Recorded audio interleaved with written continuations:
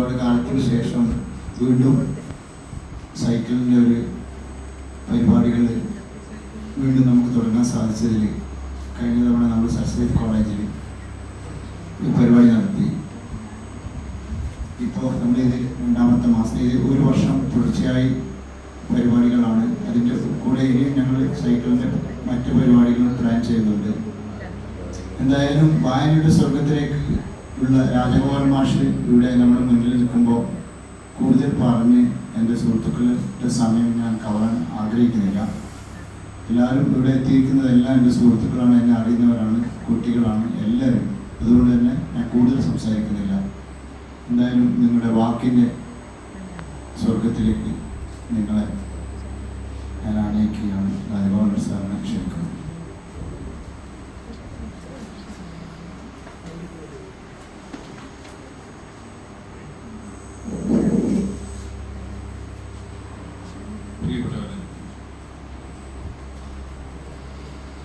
നമ്മളാരും ഈ മുറിയിൽ ഒറ്റക്കല്ല.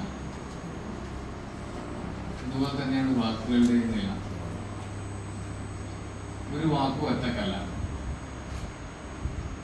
എല്ലാ വാക്കുകൾക്കും അല്ലെങ്കിൽ ഓരോ വാക്കിനും ചരിത്രമുണ്ട്. നമ്മുടെ കൂടെ ജീവിക്കുകയാണ് വാക്കുകൾ ചെയ്യുന്നത്. ചരിത്രത്തിന്റെ വഴികളിലൂടെ ചുറ്റിയും തിരിഞ്ഞും ഇങ്ങനെ ഈ ഭ്രമണപഥങ്ങളിലൂടെ ഗ്രഹങ്ങൾ പോകുന്ന പോലെ പോകുന്ന ഏർപ്പാടാണ് വാക്കിൻ്റെ. അതുകൊണ്ട് തന്നെ ഒരു വാക്ക് ഇന്നത്തെ പോലെ തന്നെ അല്ല ഒരു പക്ഷേ നാളെ നിലനിൽക്കുക, പ്രവർത്തിക്കുക. വാക്കുകളുടെ രീതികൾ മാറി മാറി വരും. എൻ്റെ നാട്ടിൽ ഒരു പണിയും എടുക്കാതെ ഇങ്ങനെ കറങ്ങി തിരിഞ്ഞ ഒരാളുണ്ട്, പേര് പറയുന്നില്ല. അയാൾ ഗാന്ധിനെ വിളിക്കുക, ബുദ്ധൻ എന്ന് വിളിക്കുന്നത്. ചില ലോകത്ത് ഏറ്റവും വിഷമിച്ച മനുഷ്യരോട് ജീവിച്ച രണ്ട് മനുഷ്യന്മാരാണ് ബുദ്ധനും ഗാന്ധി. ബുദ്ധൻ നാരായണൻ എന്ന് പറയും. ആ നാട്ടിലെ ഒരു ഫോക്ലോറിന്റെ ഭാഗമാണ് ബുദ്ധൻ നാരായണൻ. ഞാൻ പലപ്പോഴും ആലോചിച്ചിരുന്നു, ഒരു പണിയെടുക്കാതെ ഇങ്ങനെ ഭാര്യ ജോലിയും മക്കളുടെ ജോലിയും ഇയാളൊന്നും ചെയ്യില്ല. പണ്ട് ചെറുപ്പത്തിലേ അങ്ങനെ. അയാളെ ബുദ്ധനുമായിട്ട് ഗാന്ധിയുമായി ബന്ധിപ്പിക്കാൻ ഒരു യുക്തിയുമില്ല. ചരിത്രം അനുവദിച്ചു തരാത്ത കാര്യം. പക്ഷെ ഞങ്ങളുടെ ചന്തേര നാട്ടിലെ ആൾക്കാർ പൊതുവെ നാരായണൻ എന്ന് പറയുന്ന ആളെ അങ്ങനെ വിളിക്കുക.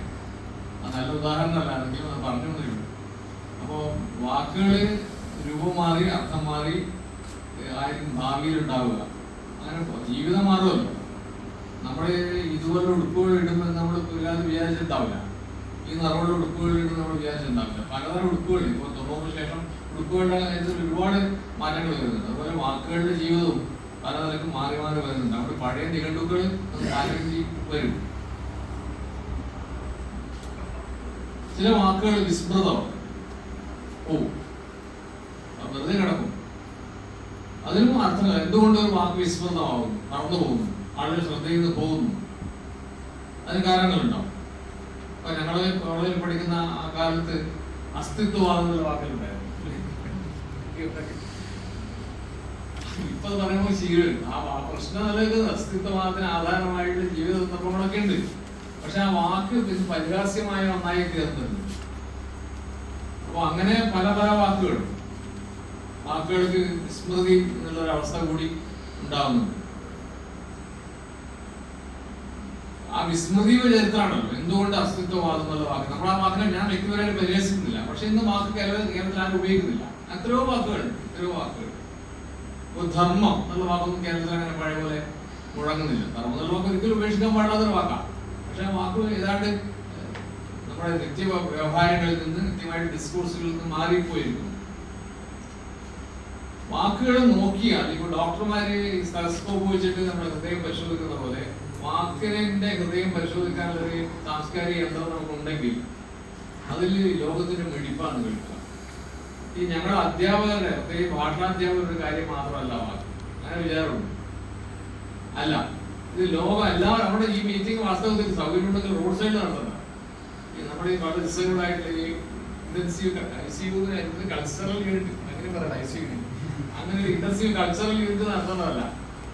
ആള് ശ്രദ്ധിക്കുമെങ്കിൽ നമ്മുടെ വായിൽ പൊടി കയറി നമ്മുടെ ഒച്ച തടസ്സപ്പെടാത്ത അവസ്ഥ ഉണ്ടാവുമെങ്കിൽ അത് റോഡ് സൈഡ് നടത്തുന്നുണ്ട്.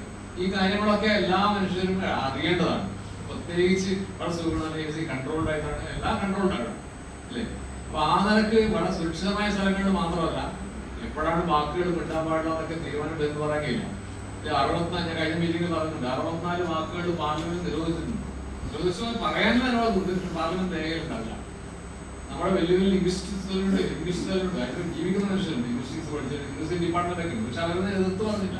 നമ്മളെപ്പോലെ ദുർബലരായ മനുഷ്യർ, എഴുത്തുകാരും മറ്റുമാണ് അതിനോട് സംസാരിക്കുന്നത്. 64 മാർക്ക് ഇന്ത്യൻ പാർലമെന്റിൽ പറഞ്ഞൊരു കാര്യമില്ല. പറയാം, പറഞ്ഞാൽ അഭിമാനം കണ്ടുപിടിക്കൊന്നുമില്ല, പക്ഷെ അത് രേഖയിലുണ്ടാവില്ല. അതൊന്നും നാടകം എന്നുള്ള പറയാം, ഡ്രാമ കഴിഞ്ഞ ദിവസം പറഞ്ഞിരുന്നു. അപ്പോ ഇങ്ങനത്തെ അവസ്ഥയൊക്കെ ഉണ്ട്. പക്ഷെ അത് ആ നിരോധനം വന്ന സമയത്ത് കേരളത്തിൽ ഏതെങ്കിലും ഭാഷാ വിദഗ്ധൻ ഇതിനെ സംസാരിച്ചു എനിക്ക് സംശയമുണ്ട്. ഞാൻ ഒരാൾ നേരിട്ട് ശണ്ട കൂടുകയും ചെയ്തു. അദ്ദേഹം ഒന്നും പറഞ്ഞില്ല, അദ്ദേഹത്തിന് വിഷയമായിട്ടൊന്നും തോന്നുകയില്ല. കാരണം അദ്ദേഹത്തിനെ സംബന്ധിച്ചിടത്തോളം ഭാഷ എന്ന് പറഞ്ഞാൽ വാക്കുകളുടെ കൃത്യമായിട്ടുള്ള അർത്ഥം മാത്രമാണ്. ഇത് നിത്യജീവിതവുമായി ബന്ധപ്പെട്ടാണ്. നമ്മുടെ ആഹാരം പോലെ, പ്രാണവായു പോലെ ഒരു കാര്യമായിട്ട് ഭാഷ എന്നുള്ള വിചാരം ഉണ്ടാവേണ്ടത്. നാവടക്കോ ഞാൻ കഴിഞ്ഞ പേരും പറഞ്ഞിരുന്നു, നാവടക്കോ പണിയെടുക്കുന്നു ഉള്ള വാക്ക് ഇന്ത്യയിൽ പറഞ്ഞാൽ ഞാൻ 10ാം ക്ലാസ് പഠിക്കുന്നു. 77 കാലത്ത് ഞങ്ങളൊക്കെ 10ാം ക്ലാസ് പഠിക്കുന്ന കുട്ടികളാണ്. അത് നമുക്കറിയാം, ഉണ്ടായിരിക്കുന്നതിൻ്റെ അർത്ഥം നാവടക്കോ പണിയെടുക്കും. ഭാഷ വേണ്ടെന്നാണ്. ഭാഷ വേണ്ട എന്ന് അധ്യാപകർ പറയും, ഉണ്ടായിരിക്കുന്നത് പറയും. അധ്യാപകർ ഏറ്റവും കൂടുതൽ പറയുന്ന വാക്ക് സൈലൻസ് പ്ലീസ് തന്നെ. പ്ലീസ് എന്ന് പറഞ്ഞാൽ പറയുന്ന സൈലന്റ് അല്ലേ, ഉണ്ടായിരിക്കുന്നത് കാർക്കശ്യമുള്ള ഒരു ശബ്ദമാണ്. അപ്പോ ഭാഷയെ നിയന്ത്രിക്കാനുള്ള ശ്രദ്ധ ഭരണാധികാരികൾക്ക് എപ്പോഴും ഉണ്ടാവും. ആ ഭരണാധികാരി ചിലപ്പോൾ വീട്ടച്ഛനായിരിക്കാം, വീട്ടമ്മയായിരിക്കാം, അല്ലെങ്കിൽ സ്കൂളിൽ ടീച്ചറായിരിക്കാം, അല്ലെങ്കിൽ പ്രിൻസിപ്പൾ ആയിരിക്കാം, ഹെഡ് മാസ്റ്റർ ആയിരിക്കാം, അല്ലെങ്കിൽ പ്രധാനമന്ത്രി ആയിരിക്കാം. ആരെന്ന് പറയാൻ പറ്റില്ല. മിണ്ടാതിരിക്കുന്നു പറയാനില്ല ശക്തി പൊതുവെ. പാർട്ടി നേതാവായിരിക്കാം.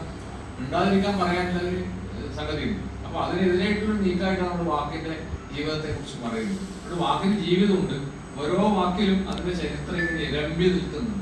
ഈ ശംഖ് ചെവിയിൽ വെച്ചാൽ അതിന്റെ ഒച്ച വെക്കുന്നു പറയില്ലേ, കടലിന്റെ ഒച്ച വെക്കും. കടലിലാണ് പണ്ട് ശംഖുണ്ടായി എന്ന് ഓർമ്മ ശംഖിലുള്ളത് പോലെ ആ കടലിന്റെ ഒച്ച നമുക്ക് ചെവിയിൽ കേൾക്കാം. അതുപോലെ ഓരോ വാക്കിലും ഈ ചരിത്രം ഇങ്ങനെ ഇരമ്പി നിൽക്കുന്നുണ്ട് എന്ന് ഓർക്കേണ്ടതുണ്ട്.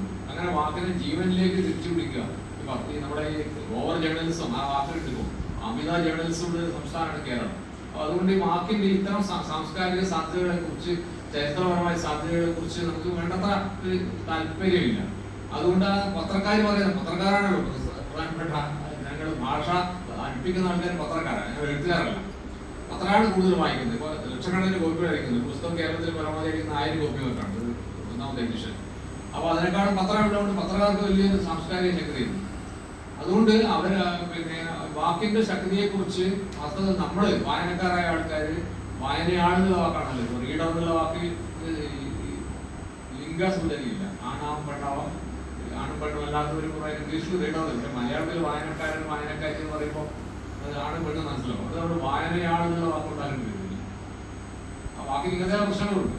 ഇരിക്കട്ടെ, ഞാൻ പറഞ്ഞു തരികയാണ്. ഓരോ വാക്കിലും അതിന്റെ ചരിത്രം ഇങ്ങനെ ഇരമ്പി നിൽക്കുന്നുണ്ട്. അത് വളരെ മിശ്ര ചരിത്രമാണ്. നമ്മൾ വിചാരിക്കുന്ന ചരിത്രം മാത്രം മിശ്ര ചരിത്രമാണ് ഇരമ്പി നിൽക്കുന്നത്. അത് കേൾക്കാനുള്ള കാത്, ചെവി നമുക്ക് വേണം എന്നുള്ളതാണ് പ്രധാനപ്പെട്ട കാര്യം. അതുകൊണ്ട് ഓരോ വാക്കും, ഇവിടെ അധ്യക്ഷൻ പറഞ്ഞ പോലെ, ഓരോ വാക്കും ഒരു പഠന വസ്തുവാണ്.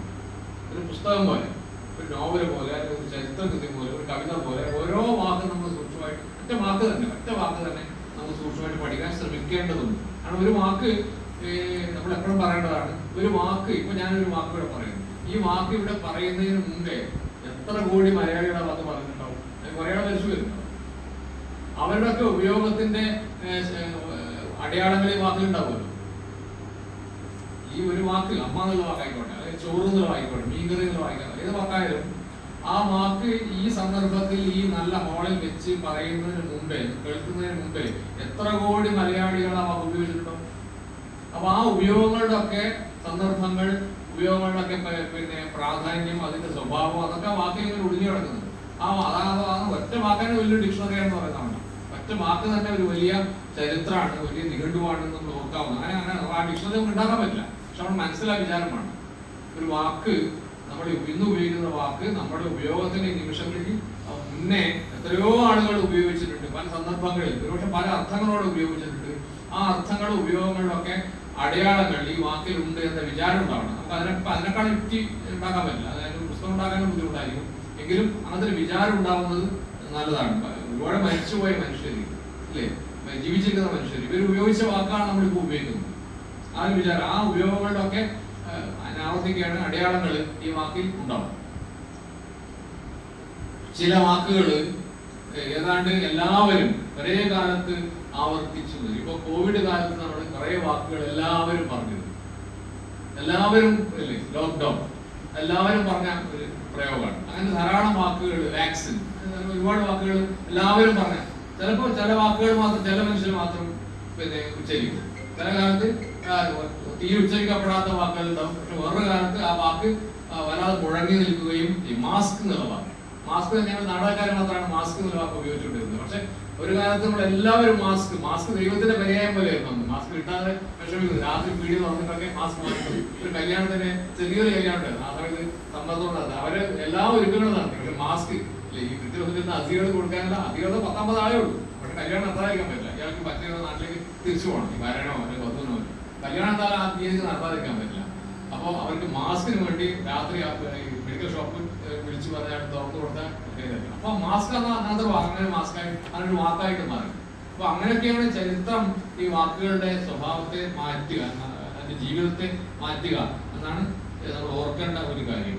അപ്പോ ചില കാലത്ത് ചില വാക്കുകൾ എല്ലാ മനുഷ്യരും ഓർമ്മിക്കും. ഇലക്ഷൻ വരുമ്പോൾ നമ്മളെല്ലാം ജനാധിപത്യം എന്ന് പറയുന്നില്ലെങ്കിലും ആ ഒരു സംസ്കാരം, ആ ഒരു ഊർജം, അതിന്റെ പ്രാധാന്യം, അതിന്റെ ചരിത്രപരത ഒക്കെ നമ്മുടെ കൂടെ ഉണ്ടാകുന്നത് പോലെ മറ്റൊരു കാലത്ത് ആ വാക്കാവില്ല നമ്മൾ ഓർമ്മിക്കുക. അപ്പൊ വിശന്ന് നിൽക്കുന്ന സമയത്ത് ആരെ പറഞ്ഞ പോലെ തന്നുപോയി അല്ലേ, ദൈവം പ്രത്യക്ഷപ്പെടുക ആഹാരത്തിന്റെ രൂപത്തിലാണെന്ന് പറയുന്നുണ്ടോ. അപ്പൊ ആ നിലക്ക് ആയിരിക്കും ആ സമയത്ത് വേറെ നിലയ്ക്ക് ഓർമ്മിക്കുക. അപ്പോ എങ്കിലും കുറെ വാക്കുകൾ എല്ലാ കാലത്തും പറഞ്ഞുകൂടാ, പലപ്പോഴും വലിയൊരളവിൽ ആവർത്തിക്കുന്ന വാക്കുകളുണ്ട്. എല്ലാ ദിവസവും ആവർത്തിക്കുന്ന വാക്കുകളും തീർച്ചയായിട്ടും ഉണ്ട്. അതൊന്നും വിശപ്പ് എന്നുള്ള കാര്യം തന്നെയായിരിക്കും. ഏറ്റവും അടിസ്ഥാനപരമായിട്ടുള്ള മനുഷ്യന്റെ ഒരു ആവശ്യം വസ്ത്രമല്ല, വിശപ്പാണ് നമുക്കറിയാം. അപ്പോൾ വിശപ്പ് എല്ലാവരും പക്ഷെ ഓർമ്മിക്കുന്ന ഒരു വാക്കായിരിക്കാം. ഇപ്പോ ഇന്ന് നമ്മൾ തെരഞ്ഞെടുത്ത വാക്ക് സന്ദർഭം എന്നുള്ള വാക്കാണ്. അതിന്റെ ഉച്ചാരണം ഞാൻ സംസ്കൃതം ഒട്ടും പഠിച്ച ആളല്ല, അവിടെ എങ്ങനെ ശരിക്കും ഉച്ചരിക്കേണ്ടത് ഞാൻ സന്ദർഭം എന്നാ പറയാം. ഉച്ചാരണത്തെ പറ്റി എനിക്ക് എന്റെ അയൽക്കാരി സംസ്കൃത ടീച്ചർ ചൂര്യനെ വിചാരിച്ചിരുന്നു. പക്ഷെ ഒരുപക്ഷെ അവർക്കും അറിയാതിരിക്കുമ്പോ പ്രയാസമില്ലേ. അവിടെ ഞാൻ ഇപ്പം ജനിച്ചു ചോദിക്കാന്ന് അവര് എന്നോട് ശരിക്കും തുറന്നിരിക്കാത്ത ഒരാളാണ്. തുറന്നിരിക്കുന്ന ദിവസം ചോദിക്കാൻ തീരുമാനിച്ചിരിക്കാം. അപ്പോ പിന്നെ എനിക്ക് ഉച്ചാരണം അറിഞ്ഞൂടാ, നോക്കാൻ പറ്റില്ല. ഉച്ചാരണത്തിലെ ആപ്പുകളൊക്കെ ഉണ്ട്, ഉച്ചാരണം വൈദികോച്ചാരണമുണ്ട്. ഈ വാക്കുകൾ സംസ്കൃത വാക്കുകളൊക്കെ വൈദികന്മാർ ഉച്ചരിക്കുന്ന പ്രത്യേക രീതിയിൽ. അപ്പോ അവിടെ അങ്ങനെ ശരിയോച്ചാരണം എന്ന് പറഞ്ഞാൽ അവര് പ്രൊഫഷണലായി ഉച്ചരിക്കുന്നത്. പിന്നെ അപ്പോ ഞാൻ സന്ദർഭം എന്നാ പറയാം. നമ്മൾ ഒരുപക്ഷെ ഇപ്പോ നിഷാദ് പറഞ്ഞ സന്ദർഭം എന്നാണ്. അപ്പോൾ ഞങ്ങൾ രണ്ടുപേരും പറയുന്നത് സന്ദർഭമായതുകൊണ്ട് ഇവിടെ തൽക്കാലം പറയാം, ശരിയാവണമെന്നല്ലോ ഉച്ചാരണം.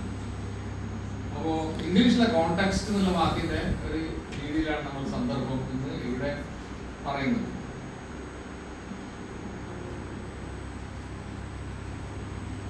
ഇംഗ്ലീഷില് കോണ്ടെക്സ്റ്റ് എന്നുള്ള വാക്ക് 1457 ഉപയോഗിച്ച് തുടങ്ങിയത് കണക്കുണ്ട്. അവര് ഇംഗ്ലീഷ് അറിയാൻ കണക്ക് വെക്കുന്നവർ. നമുക്കൊന്നും അറിയില്ല. നമ്മുടെ അച്ഛൻ്റെ പേര് നമുക്കറിയാം, അതിന്റെ അപ്പുറത്തെ അച്ഛൻ ഉണ്ടാവില്ല. എനിക്ക് അറിഞ്ഞൂടാ. എന്റെ അച്ഛൻ്റെ പേര് എനിക്കറിയാം, എന്റെ അച്ഛന്റെ പേര് കുഞ്ഞമ്മൂന്നാണ്, അതറിയാം. അദ്ദേഹത്തിന്റെ അച്ഛന്റെ പേര് എനിക്കറിയില്ല. ഏത് നാട്ടുകാരനും കൂടെ അറിയണം. ഒന്നും അറിഞ്ഞാൽ തറവാട് എന്ന് അറിയില്ല, നാട്ടുകാരെന്ന് അറിയില്ല, ഒന്നും അറിയില്ല. നമ്മുടെ ചരിത്രബോധം അത്രയേ ഉള്ളൂ. അപൂർവ ആളുകൾക്ക് അറിയുന്നുണ്ടാവും. എനിക്കറിഞ്ഞൂടാ, എന്റെ പേര് പറയാം. അതുപോലെ ഒരു വാക്ക് എപ്പോഴാണ് ഉണ്ട് ഒരു കൃത്യത ഉണ്ടാവില്ല. പക്ഷെ ഇംഗ്ലീഷുകാർ കൃത്യമായിട്ട് പറയുന്നുണ്ട്. ഏതാണ്ട് അവർക്ക് സംവിധാനമുണ്ട്, സംസ്കാരിക്കുന്നുണ്ട്. ഗവൺമെന്റ് തലത്തിലല്ല, ആ ഭാഷക്ക് തന്നെ കൃത്യതയുണ്ട്. അവിടെ മുതലാളിത്തത്തിന് ഗുണതാണ്. 1457 ഈ വാക്ക് ഇംഗ്ലീഷ് ഉപയോഗിച്ച് തുടങ്ങിയത് എന്ന് ഓക്സ്ഫോർഡ് നിഘണ്ടു പറയുന്നുണ്ട്. മിഡിൽ ഇംഗ്ലീഷിൽ ഈ വാക്കുണ്ട്, മോഡേൺ ഇംഗ്ലീഷിന് അപ്പുറത്തെ ഇംഗ്ലീഷിൽ. അതുപോലെ ലാറ്റിൻ ഭാഷയിലെ കോണ്ടെക്സ്റ്റസ് എന്ന വാക്കിൽ നിന്നാണ് ഈ കോണ്ടെക്സ്റ്റ് എന്നുള്ള വാക്ക് വന്നത്. അതിന്റെ പിന്നിലുള്ള വാക്ക് നമുക്കെല്ലാം പരിചയമുള്ള ടെക്സ്റ്റ്, ടെക്സ്റ്റ് എന്ന വാക്കാണ്. ഈ ടെക്സ്റ്റ് എന്ന വാക്കിന്റെ അർത്ഥം മൗലികമായി എന്താണ് എന്ന് ഒരു സെക്കൻഡ്, 2-3 സെക്കൻഡ് നമുക്ക് ആലോചിക്കാം. എന്തായിരിക്കും? നമുക്ക് വളരെ പരിചിതമായ ഒരു വാക്കിൽ നിന്നാണ് ഈ ടെക്സ്റ്റ് എന്ന വാക്ക് ഉണ്ടായത്. ഇപ്പൊ ഈ തലപ്പുറം ടൗണിൽ അങ്ങനെയുള്ള കടകളുടെ പേരൊക്കെ പോയി. പണ്ട് എല്ലാ ടൗണുകളിലും ആ വാക്ക് പ്രദർശിപ്പിക്കപ്പെട്ടായിരുന്നു, ടെക്സ്റ്റൈൽ. ഇപ്പൊ അതൊക്കെ ഈ ഒരു കടയിലും എന്താണ് പേര് നോക്കിയാൽ മനസ്സിലാവില്ല. ടെക്സ്റ്റൈൽ എന്ന വാക്കിൽ നിന്ന് ടെക്സ്റ്റ് എന്നുള്ള വാക്ക് ഉണ്ടായത്. അത് വളരെ പ്രധാനപ്പെട്ട ഒരു കാര്യമാണ്. നെയ്ത്ത് എന്ന അർത്ഥം വരുന്ന നെയ്ത്ത്, നമുക്ക് വസ്ത്രത്തിന്റെ പേര് ദീർഘമായ ചരിത്രമുണ്ട്. നെയ്ത്ത് എന്ന അർത്ഥം വരുന്ന ടെക്സ്റ്റ് എന്ന വാക്കിൽ നിന്നാണ് ടെക്സ്റ്റൈൽ ഉണ്ടായത്. അതാണ് ആശയം വന്നത്. അത് വളരെ നമുക്ക് വളരെ കാര്യമായി ചിന്തിക്കേണ്ട ഒരു വാക്കാണ് ഈ ടെക്സ്റ്റ് എന്നുള്ള വാക്ക്. ഈ അറിവ് വഴി വളരെ പ്രധാനമാണ് കോണ്ടെക്സ്റ്റ് എന്നതോട് ബന്ധപ്പെട്ട് നിൽക്കുന്നുണ്ട്.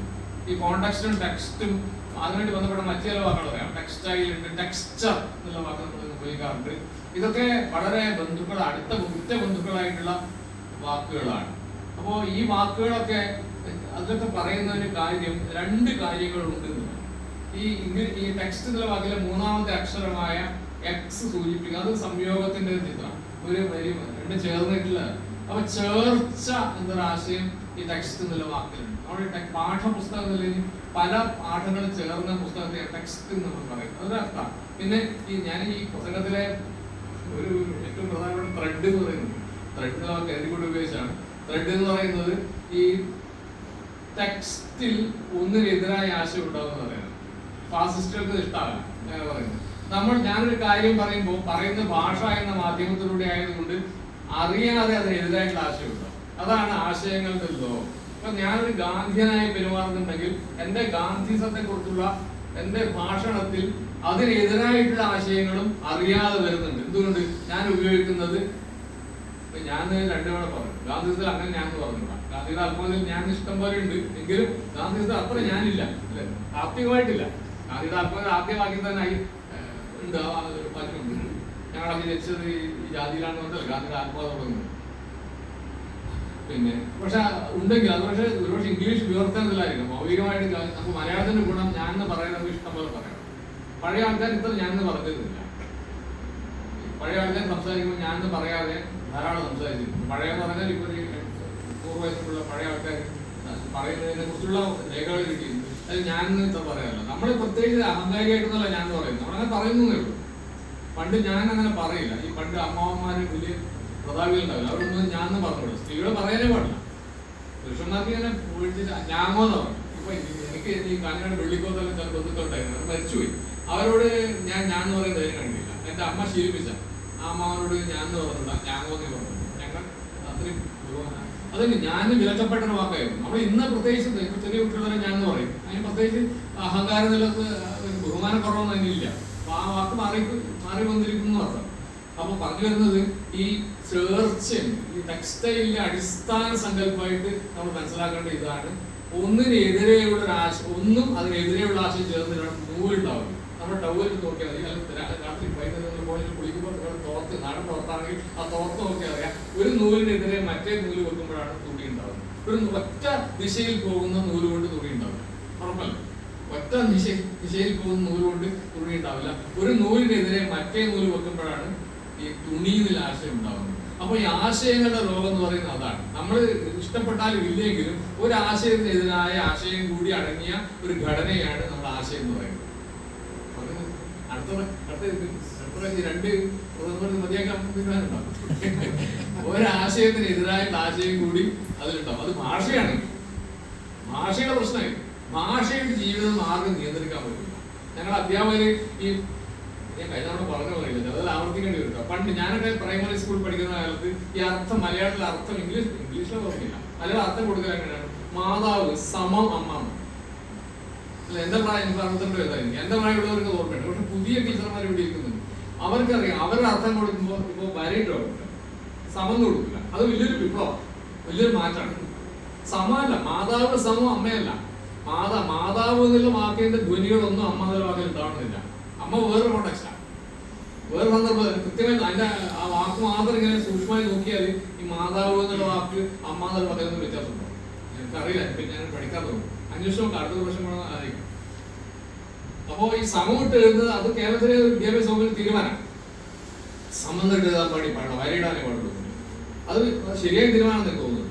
അപ്പൊ ഇങ്ങനെ ഒരു കോണ്ടെക്സ്റ്റ് എന്നുള്ള വാക്കിൽ സന്ദർഭമുണ്ട്. ഒരു സന്ദർഭം എന്ന് പറഞ്ഞാൽ ഒന്നിനെതിരായിട്ടുള്ള ഒന്നും കൂടി അടങ്ങിയതാണ് ഒരു വാക്ക് എന്ന ആശയം ഉണ്ടെന്നാണ് ഞാൻ പറഞ്ഞതിന്റെ ചുരുക്കം. ഇതൊരു ഗവേഷണ താല്പര്യം കൊണ്ട് പറയുന്നതല്ല. ഈ നമ്മൾ ഊടുംപാവും എന്ന് പറയില്ല, ഊടുംപാവും ആ വാക്ക് വിട്ടുപോയി. ഊടുംപാവും ഉള്ളതാണ് തുണി, അതേപോലെ ഊടുംപാവും ഉള്ളതാണ് ആശയ തുണിയും. എനിക്ക് തോന്നുന്നത് ഞങ്ങളുടെ പണ്ഡിതന്മാരായ ആൾക്കാർ അധ്യാപകരായിരിക്കും ഈ ടെക്സ്റ്റ് എന്നുള്ളതിന് മലയാളത്തിൽ പാഠം എന്നാ പറയാം.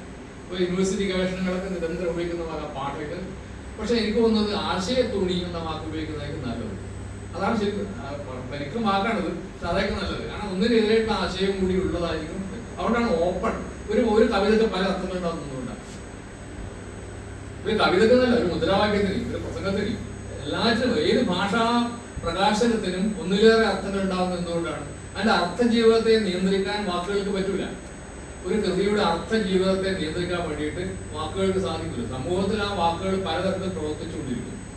അപ്പോൾ ഒന്നിനെതിരായ ആശയങ്ങൾ കൂടി അടങ്ങിയതാണ് ആ വാക്ക് എന്ന് പറയുമ്പോൾ ഈ വാക്കിന്റെ ഡയലക്റ്റിക്സ് എന്ന് പറയില്ല, അതിന്റെ ഒരു വൈരുദ്ധ്യാത്മക സൗന്ദര്യം നമുക്ക് വാക്കിന് ഡയലക്റ്റിക്സ് ഉണ്ട്. ഡയലക്റ്റിക്സിനെ പെട്ടെന്ന് കമ്മ്യൂണിസ്റ്റ് ആശയം അങ്ങനെ വിചാരിക്കേണ്ട കാര്യമില്ല. ഒന്നിനെതിരായിട്ടുള്ള ആശയം കൂടി അടങ്ങിയത് അത് ലോകത്തിന്റെ അവസ്ഥയാണ്.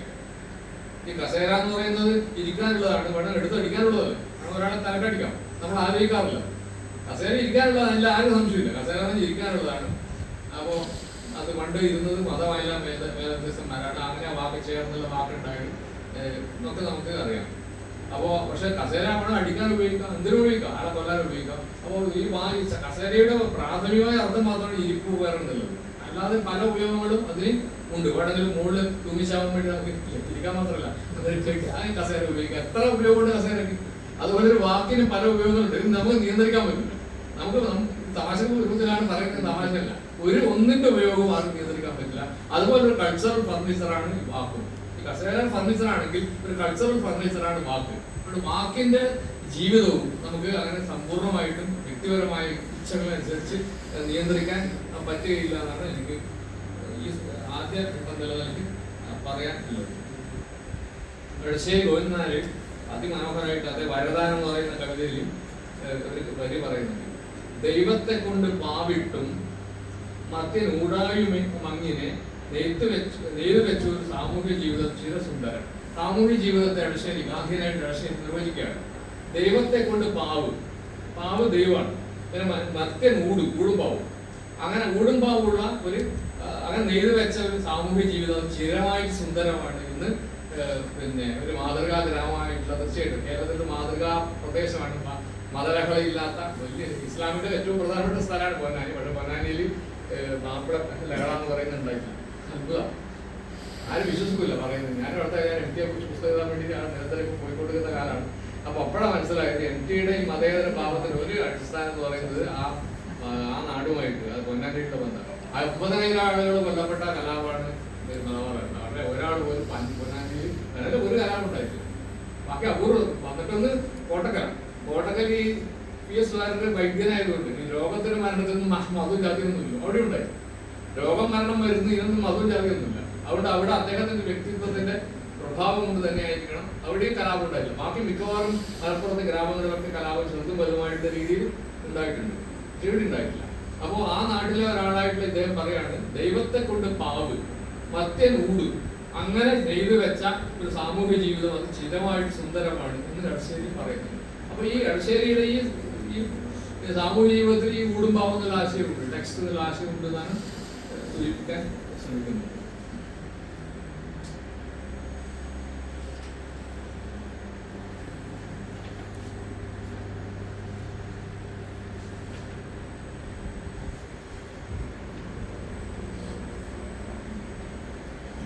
അതെ, ഊട് എന്ന് പറഞ്ഞാൽ ഈ വസ്ത്രത്തില് തുണിയില് വിലങ്ങനെയുള്ള ഇഴയാണ്. വിലങ്ങനെയുള്ള ഇഴ നൂലിനെയാണ് നമ്മൾ. പാവ് എന്ന് പറഞ്ഞാൽ പുത്തനിഴ. എന്റെ ഷർട്ട് ഞാൻ ഇന്നാ കരുതിക്കൂട്ടിയാണ് ഷർട്ട് ഇട്ടത്. ഞങ്ങൾക്ക് ഞാൻ പണക്കാട് കോളേജിലാണ്, കാഞ്ഞങ്ങാട് കോളേജിലാണ് 3D പഠിച്ചത്. അപ്പൊ സ്പർ എന്നുള്ള വാക്കുണ്ട്. ഷൂവിന്റെ അറ്റത്ത് കുതിര എന്നെ തോണ്ടിയിട്ട് സ്പീഡ് കൂട്ടാനുള്ളതാണ്. അപ്പൊ ഞങ്ങൾ അന്ന് വളരെ ചെറുപ്പക്കാരനായി 10-25 വയസ്സ് മാത്രമുള്ള C വേണുമായർ എന്ന് പറയുന്ന മണ്ണുണ്ടായിരുന്നു. അപ്പൊ ഒരു ദിവസം അപ്പൊ നമ്മൾ ആ പ്രായത്തിൽ മണ്ണാൽ ഷൂവിൽ നമ്മൾ എപ്പോഴും നോക്കുമല്ലോ. അപ്പൊ ഞങ്ങളെ ഗ്രാമത്തിൽ ഉൾഗ്രാമത്തിൽ വരുന്ന പാവക്കുട്ടികളല്ലേ. അപ്പൊ ഇവരുടെ ഡ്രസ്സൊക്കെ നമ്മൾ നോക്കും. അത് നാഗരികന്മാരായ ആൾക്കാർ. അപ്പൊ ഒരു ദിവസം മഴ ഷൂവിന്റെ പ്രത്യേകത എന്തൊരു അറ്റത്ത് എന്തോ സാധനം കാണിയുണ്ട്. അപ്പൊ അദ്ദേഹത്തിന് കവിതയിൽ സ്പർ എന്ന വാക്ക് പഠിപ്പിക്കാൻ വേണ്ടിയിട്ട് അദ്ദേഹത്തിന് അങ്ങനത്തെ ആവേശങ്ങളുണ്ട്. ഇങ്ങനെ കാലഘട്ടത്തിൽ കണ്ടു ഇതാണ് സ്പർ എന്ന് പറഞ്ഞത്. അതുപോലെ ഞാനിപ്പോ പെട്ടെന്ന് തോന്നിയിട്ട് പറഞ്ഞാണ്. ഏതായാലും ഇത് സൗകര്യമാണ് മനസ്സിലാക്കാൻ വേണ്ടി. കൂടെ എന്താണ് പാവം എന്താണെന്ന് മനസ്സിലാക്കാൻ ഈ ഉപായം സഹായമാണ്. അതാണ് സർവേ. അപ്പൊ ഊട് എന്ന് പറഞ്ഞാൽ ഇതാണ്, പാവ് എന്ന് പറഞ്ഞാൽ ഇതാണ്. അപ്പൊ ഊടും പാവും ചേർന്നിട്ടാണ് ഈ നൂലുണ്ടാവുന്നത്. ഞാൻ സന്ദർഭമാണ് വിഷയം, സന്ദർഭത്തിൽ വരാം. ഒരു കോണ്ടെക്സ്റ്റിൽ ഇത് തന്നെയാണ് സംഭവിക്കുന്നത്. പിന്നെ ഒരു ടെക്സ്റ്റിൽ, അതായത് കോണ്ടെക്സ്റ്റിൽ പിന്നെ ഇത് ഈ ഘടനയാണ് ഉണ്ടാവുക. ഒരു ആശയ രൂപം ഉണ്ടാവും. ഞാൻ അവർക്ക് പറഞ്ഞ കാര്യമാണ്, ആശയ രൂപത്തിന്റെ എതിരായിട്ട് ആശയങ്ങളും അതിൽ അനിവാര്യമായിട്ടും ഉണ്ടാവും.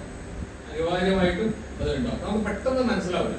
ഈ മനസ്സിലാവുകയാണ് വാസം എന്ന് പറയുന്നത്. ഒരു വാക്കിന് ഒരർത്ഥമേ ഉള്ളൂ, ഒരു വ്യവസ്ഥക്ക് ഒരർത്ഥം മാത്രമേ ഉള്ളൂ എന്ന വിചാരത്തെയാണ് വാസം എന്ന് പറയുന്നത്. അതിന്റെ ഉള്ളിൽ അതിന് എതിരായിട്ട് ആശയങ്ങൾ ഉണ്ടാവും. അതാണ് വാസ്തവത്തിൽ സിദ്ധാന്തങ്ങളുടെ ജീവിതം തന്നെ. ഈ ഡോഗ്മാറ്റിക്സ് എന്നുള്ള വാക്കില് പ്രത്യേക സാഠ്യം എന്നാണ്. അത് മുത്തനേരം വിഭക്താണ്. നമ്മുടെ വരട്ട് വാദം എന്ന് പറയും. അങ്ങനെ അത് നല്ല വാക്കാണ്, വരട്ട് വാദം. അർത്ഥം മനസ്സിലാവും. പ്രത്യേക സാഠ്യം എന്നാണ് മുത്തനേരന്റെ ഭാഷ അദ്ദേഹം നിഘണ്ടുവിൽ പറഞ്ഞിരിക്കുന്നത്. അത് ഡോഗ്മാറ്റിസം. ഒന്നിനും ഒരർത്ഥം മാത്രമേ ഉള്ളൂ, അല്ല അതിനെതിരായിട്ടൊന്നുമില്ല. ഏത് അയവ്, ഒരു ആശയത്തിന് അയവുണ്ടാവും. അയവുണ്ടാകുമ്പോൾ അഴകുണ്ടാവും. അപ്പോൾ അതിനെതിരായിട്ട് ആശയം കൂടി അതിലുണ്ട് എന്നുള്ള വിചാരം നമ്മൾ ഓർമ്മിക്കും. പെട്ടെന്ന് മനസ്സിലാവാനോ ഇഷ്ടപ്പെടാനോ പറ്റില്ല. പക്ഷെ ഒന്നിനെതിരായിട്ട് ആശയം കൂടി. ഗാന്ധിസം വളരെ ലിബറലാണ്. പക്ഷെ ഗാന്ധിസത്തിൽ ഒരുപാട് പിടിവാശി, ഗാന്ധിസത്തിൽ ഒരുപാട് പിടിവാശി. ഗാന്ധിക്ക് അറിയാം, ഗാന്ധിയായിട്ട് ജീവിക്കാൻ ഗാന്ധിക്ക് വരും. അവിടെ അദ്ദേഹം പറയാം, എനിക്ക് ഗാന്ധി ഇഷ്ടമില്ല, ഗാന്ധിസം നിങ്ങൾ പറയാൻ പാടില്ല. I have nothing new to teach to the world. അത് പുസ്തക വാക്യം. I have nothing new to teach to the world. Non-violence and truth are as old as hills. അതിന്റെ പ്രസിദ്ധമായ വാക്യം. എനിക്ക് തോന്നുന്നു അപ്പൊ നമ്മളാണ് ഗാന്ധിസം എന്നൊക്കെ പറയാം. അദ്ദേഹം ഇതെല്ലാം അത്രയും പൂജിക്കുന്നില്ല. അപ്പൊ അതിനെതിരായിട്ടുള്ള ആശയങ്ങൾ കൂടി ഉണ്ടോ? ഈ നോൺ വയലൻസ് വയലൻസ് ഉണ്ടോ? എന്താ യഥാർത്ഥത്തിൽ നമ്മുടെ ചീത്ത വികാരങ്ങളുടെ നമ്മൾ അടിച്ചമർത്തും. ആ വയലൻസ് അല്ല. അപ്പൊ അങ്ങനെ എല്ലാറ്റിനും അതിനെതിരായിട്ടുള്ള ആശയങ്ങൾ ഉണ്ടോ? നമുക്ക് ഇഷ്ടപ്പെട്ടില്ലെങ്കിൽ അപ്പൊ അത് ലിംഗ്വിസ്റ്റിക്സ് രീതിയിൽ പറയുമ്പോൾ കാപ്പി കുടിക്കുമ്പോൾ ചായ ഒഴിവാക്കുക. ചായ ദമനം എന്ന വാക്ക് ഇപ്പൊ ഒഴിവാക്കിയിട്ടാണ് അടിച്ചമർത്തി നമ്മൾ കാപ്പി കുടിക്കുന്നത്. എല്ലാവരും ഒഴിവാക്കേണ്ട ഒരു അംശമുണ്ട്. അപ്പൊ എല്ലാ ആശയരൂപങ്ങളും തമാശ പറയുന്നതാണെങ്കിൽ തമാശയല്ല, അങ്ങനെയാണ്. നമ്മൾ കസേര ഉണ്ടാക്കുന്ന സമയത്ത് മരത്തിലെ മറ്റു ഭാഗങ്ങൾ ഒഴിവാക്കുന്ന പോലെ, ആ മരത്തടിയിലെ മറ്റു ഭാഗങ്ങൾ ഒഴിവാക്കുന്ന പോലെ, അതിന്റെ ഉറകായി മാറ്റുന്ന പോലെ എല്ലാറ്റിലും ഒഴിവാക്കലിൻ്റെതായിട്ടുള്ള അല്ലെങ്കിൽ ഹിംസയുടേതായിട്ടുള്ള ഒരു അംശം ഉണ്ടാവും. അപ്പോ അതാണ് ഈ കോണ്ടെക്സ്റ്റ് എന്നുള്ള വാക്ക്, ടെക്സ്റ്റ് എന്നുള്ള വാക്ക് കാണിക്കുന്നത്. ദാർശനികമായിട്ട് നോക്കുന്നത്, ദാർശനികമല്ല സാധാരണ നോക്കുമ്പോൾ തന്നെ അത് മനസ്സിലാകാവുന്നേ ഉള്ളൂ. ഇത് ഒഴിവാക്കി നമ്മൾ സ്കൂളിൽ, കോളേജിലും, സ്കൂൾ പ്രത്യേകിച്ചും ഈ രീതിയിൽ ചർച്ച നടക്കില്ല. കാരണം കുട്ടികളാകുമ്പോൾ ചില ഭരണകൂടത്തിന് ചില താല്പര്യങ്ങളുണ്ട്, ചില ആശയങ്ങൾ കുട്ടികൾ ഊന്നി ഉറപ്പിക്കണം എന്നുള്ള ആഗ്രഹമുണ്ട്. അതുകൊണ്ട് ഈ തരത്തിലുള്ള ചർച്ച സ്കൂളുകളിൽ പൊതുവെ അനുവദിക്കാറില്ല. സ്കൂളിൽ വാക്ക് നടത്തുന്ന ട്രെയിനിങ് സെന്റർ ഉണ്ട്. സ്കൂൾ എന്നുള്ള വാക്ക് വെറുപ്പായിട്ട് എടുക്കുമ്പോൾ ക്രിയേറ്റ് എടുക്കുമ്പോൾ മനസ്സിലാവും. ട്രെയിനിങ് സെന്റർ തന്നെ, അതായത് നമ്മൾ വിചാരിക്കുമ്പോൾ വളരെ വിശാലമായിട്ടുള്ള സാംസ്കാരിക സ്വാതന്ത്ര്യത്തിന്റെ സ്ഥാപനമാണെന്നുള്ള അർത്ഥമൊന്നും സ്കൂൾ എന്നുള്ള വാക്കിന് ഇല്ല. വാക്കിന്റെ വാക്ക് നോക്കുമ്പോൾ വാക്കിന്റെ അർത്ഥം നോക്കുന്നതായിട്ട്. അപ്പോ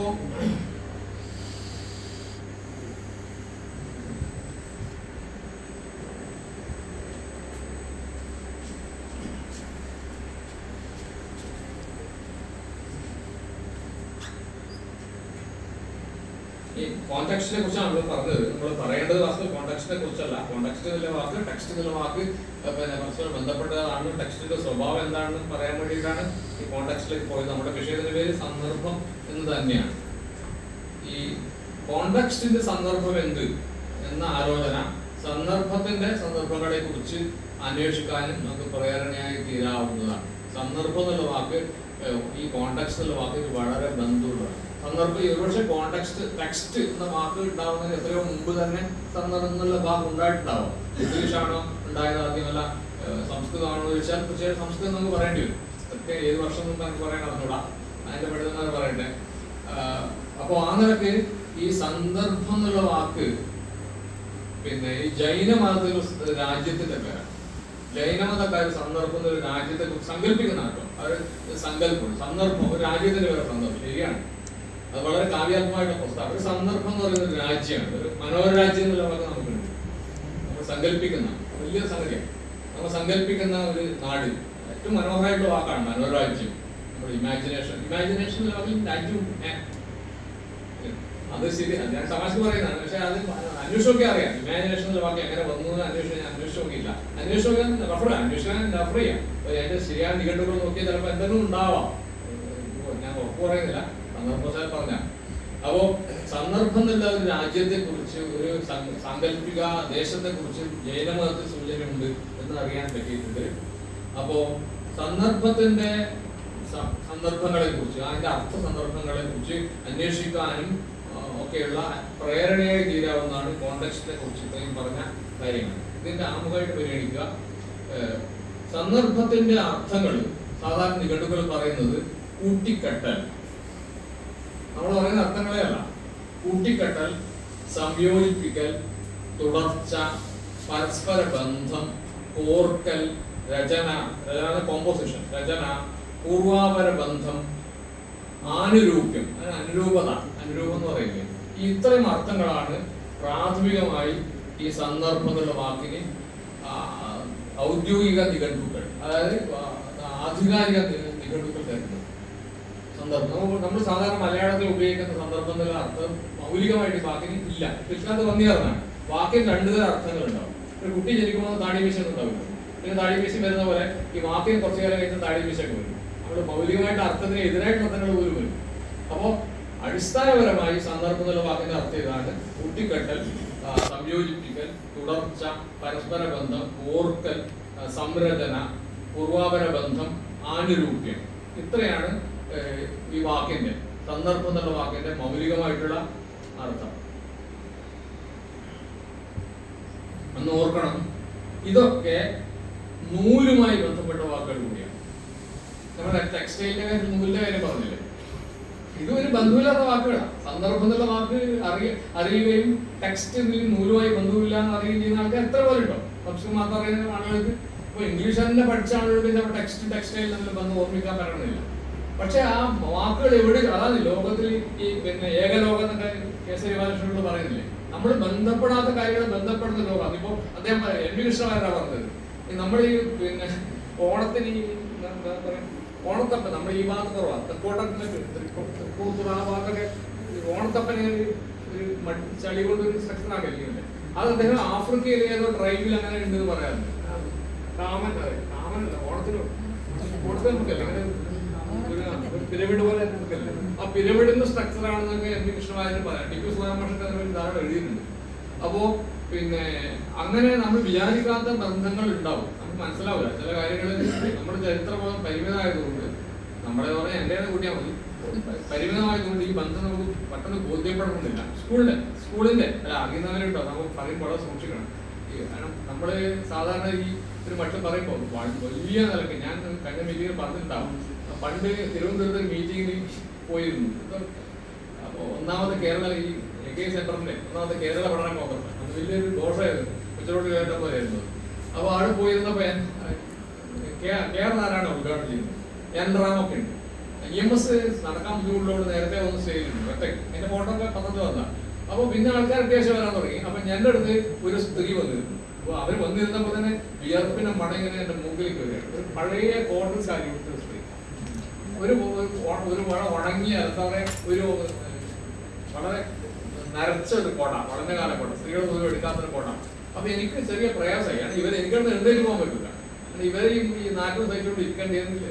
പിന്നെ കുറച്ച് കഴിഞ്ഞാൽ അവരെ വന്നത് ആ നാട്ടിൽ കുറേ ഞാൻ പരിചയപ്പെട്ടു. കാരണം പോയോന്നറിയില്ല, നാട്ടിൽ തന്നെ പൊരുത്തപ്പെട്ടു.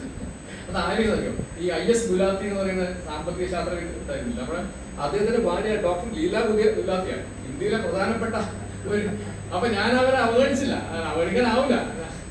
എനിക്ക് വല്ലാത്ത എഴുന്നേറ്റ് പോകുമ്പോൾ അവർ പറയാറില്ല, അവിടെ അവിടെ ഇരുന്ന. പക്ഷെ അവര് പിന്നീട് അവരാ കേരള പഠന കോൺഗ്രസിൽ ടീം പേപ്പർ അവതരിപ്പിക്കുന്ന സ്ത്രീയാണ്. അവര് നടന്നു വന്നുകൊണ്ട് ആ വേർപ്പിന്റെ മണം ഉണ്ടായതാണ്. അവരുടെ ഡ്രസ്സൊക്കെ വളരെ അനൗപചാരികവും വളരെ പിന്നെ നമ്മളെ ഫാഷനബിളൊന്നും ആയിരുന്നില്ല. അതുകൊണ്ടില്ല പ്രശ്നമേ ഉള്ളൂ. ഞാൻ പറയുന്നത് നമ്മൾ ഒരാളെ അങ്ങനെ അവഗണിച്ചുകൂടാ. നമുക്ക് തോന്നും നമ്മൾ ഈ പണ്ടൊക്കെ ഈ മോശം കുട്ടികളൊന്നും മാഷന്മാർ നോക്കില്ല, കണ്ടില്ലേ, സൗന്ദര്യം കുറഞ്ഞ കറുത്ത കുട്ടികളൊന്നും മാഷന്മാർ പൊതുവെ ശ്രദ്ധിക്കില്ല. പൊതുവെ പഴയ മാഷന്മാരുടെ രീതിയാണ്. അധ്യാപകർ അല്ലേ, വീട്ടിൽ ഞങ്ങളുടെ ഇവിടെ ഇതൊരു ഉപ്പായുടെ കുട്ടികളുണ്ടോ, അവരൊന്നും നോക്കില്ല. അപ്പൊ ഞാനൊക്കെ മാഷെ ഇപ്പൊ BSc അപ്പായിൻമെന്റ് ഓർഡറിൽ ഉണ്ടായില്ലെങ്കിൽ ഞാൻ തീരുമാനിച്ച കാര്യം എല്ലാ കുട്ടികളെയും കഴിയുന്ന പരിഗണിക്കണം, ആരോടും മോശമായി പെരുമാറാൻ പാടില്ല. അതൊക്കെ നമ്മൾ തീരുമാനിച്ച, ആരും പറഞ്ഞതൊന്നുമല്ല. നമുക്കറിയാം നമ്മുടെ വിഷമിച്ച കുട്ടിയുടെ കാര്യം നമുക്ക് അറിയുന്നുണ്ട്. ചില പ്രത്യേക വെളുത്ത കുട്ടികളെ പഴയ നല്ല ഗൗളൊക്കെയുള്ള പിള്ളേരെ മാത്രമേ അധ്യാപികമാരൊക്കെ ഈ കലോത്സവത്തിനൊക്കെ ഡാൻസ് ചെയ്യാൻ പിടിക്കുന്ന കഥ പിള്ളേർ മാത്രമായിരിക്കും. ഡാൻസ് ചെയ്യുന്നതിൽ നമ്മുടെ മൗലികാഭാഷത്തിന്റെ ഭാഗം സുന്ദരികളുടെ മാത്രമുള്ള ഡാൻസ്. സൗന്ദര്യമില്ലാത്ത നൃത്തം ചെയ്യാനുള്ള ഒരു അന്തരീക്ഷമാണ് ജനാധിപത്യം എന്ന് പറയുന്നത്. അന്ന് പൊതുവെ സ്കൂളുകളിൽ ഇപ്പോഴുണ്ടാവുമായിരിക്കും, പഴയ കാലത്ത് ഉണ്ടായിരുന്നില്ല. അപ്പൊ അന്നത്തെ കുട്ടികൾ അനുഭവിച്ച പ്രയാസം അറിയുന്നതോട് കൂടി ഞാൻ പറയുന്നത്, ചിലപ്പോൾ അറിയുന്ന ആൾക്കാർ നമ്മുടെ ബുദ്ധിജീവി സദസ്സിൽ വിചാരിക്കുന്ന സദസ്സിൽ ഒറ്റയ്ക്ക് ഇരിക്കുന്ന ഒരു ഭ്രാന്തനെ പോലത്തെ ഒരാൾ അല്ലെങ്കിൽ ഭ്രാന്തിയെ പോലത്തെ ഒരാളെ കയ്യിൽ കൂടുതൽ അറിവുണ്ടാവുക. അപ്പൊ അത്ര അത്ഭുതമാണ് നമ്മളെപ്പോഴും ഈ സാംസ്കാരിക ലോകത്ത് പ്രതീക്ഷിക്കേണ്ടത്. ഞാൻ ജനാധിപത്യ ബോധം എന്ന് നമ്മൾ പറയുന്നു. അപ്പൊ ഏതായാലും ഞാൻ പറയുന്നത്, ഞാൻ പറഞ്ഞു വിനയമോട് പറഞ്ഞാലോ നടത്തും, വിനയമോട് തട്ടി പറഞ്ഞായാണ്. അപ്പോ ഇത് നൂല് ഈ ഞാൻ പറയുന്നത് ഈ നമ്മൾ ഒന്നുകൂടി പറയാം, ഈ സന്ദർഭം എന്നുള്ള ഇന്ത്യൻ വാക്കിന്റെ സംസ്കൃതത്തിൽ മലയാളം ഉപയോഗിക്കുന്ന വാക്കാണ്, തമിഴ്നാട്ടിൽ ആ വാക്ക് ഉപയോഗിക്കുന്നില്ല. ആ വാക്കിന്റെ അർത്ഥം നമ്മളൊന്നുകൂടി വായിക്കുകയാണ്: കൂട്ടിക്കെട്ടൽ, സംയോജിപ്പിക്കൽ, തുടർച്ച, പരസ്പര ബന്ധം, കോർക്കൽ, രചന, പൂർവാപര ബന്ധം, ആനുരൂപ്യം. ഇത്രയും അർത്ഥങ്ങളാണ് ഇനി സംസ്കൃതത്തിൽ പറയുന്നത്. ഈ വാക്ക് ടെക്സ്റ്റൈൽ എന്ന വാക്കുമായിട്ട് എങ്ങനെ ബന്ധപ്പെടുന്നു ചോദിക്കുന്നു. ടെക്സ്റ്റൈൽ അടിസ്ഥാനം നൂലാന്ന് ഓർമ്മ, നൂലാണ് ടെക്സ്റ്റൈൽ എന്ന വാക്കിന്റെ അടിസ്ഥാനം. ഊടും പാവുള്ള നൂല്, ഇതാണ് ടെക്സ്റ്റൈലിന്റെ എക്സ്. ടെക്സ്റ്റൈൽ അത് ഓർമ്മിച്ചാൽ മതി. ടെക്സ്റ്റൈലിലെ മൂന്നാമത്തെ അക്ഷരമായിട്ടുള്ള, ടെക്സ്റ്റിലെ മൂന്നാമത്തെ അക്ഷരമായിട്ടുള്ള എക്സ് വാസ്തവത്തിൽ അതിന്റെ രൂപത്തെ കാണിക്കുന്നത് ചിത്രം പോലുമാണ്. അതിനുള്ള സന്ദർഭം. ഈ സന്ദർഭം എന്നുള്ള വാക്കിന്റെ അർത്ഥം കൂട്ടിക്കെട്ടലും സംയോജിപ്പിക്കലും തുടർച്ചയും പരസ്പര ബന്ധവും ഓർക്കലും ഒക്കെ ആണെങ്കിൽ ടെക്സ്റ്റൈൽ ഒന്നാണ്. ഇതാണ് നമ്മൾ ഈ ചർച്ചയിൽ കണ്ടുപിടിക്കുന്ന കാര്യം. ഇത് ഇതുവരെ പറയാത്ത കാര്യം. ടെക്സ്റ്റൈൽ എന്നുള്ള വാക്കിന്റെ അതേ അർത്ഥമാണ് സന്ദർഭം എന്നത്.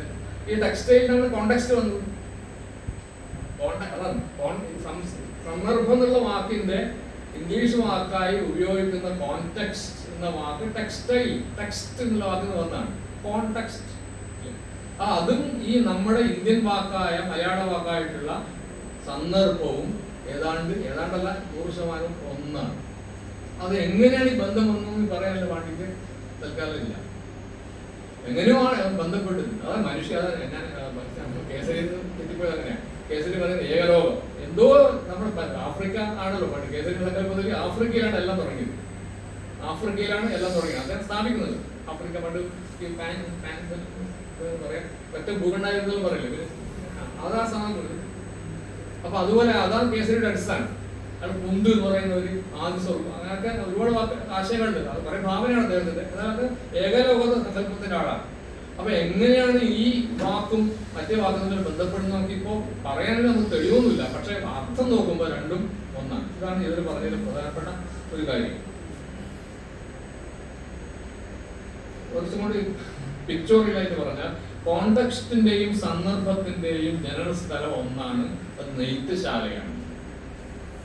ഒന്നുകൂടി പറയുന്നു, കോണ്ടെക്സ്റ്റിന്റെയും അല്ലെങ്കിൽ ടെക്സ്റ്റിന്റെയും സന്ദർഭത്തിന്റെയും ജനന സ്ഥലം ഏറ്റുമുറി ഒരേ സ്ഥലമാണ്, അത് നെയ്ത്തുശാലയാണ്.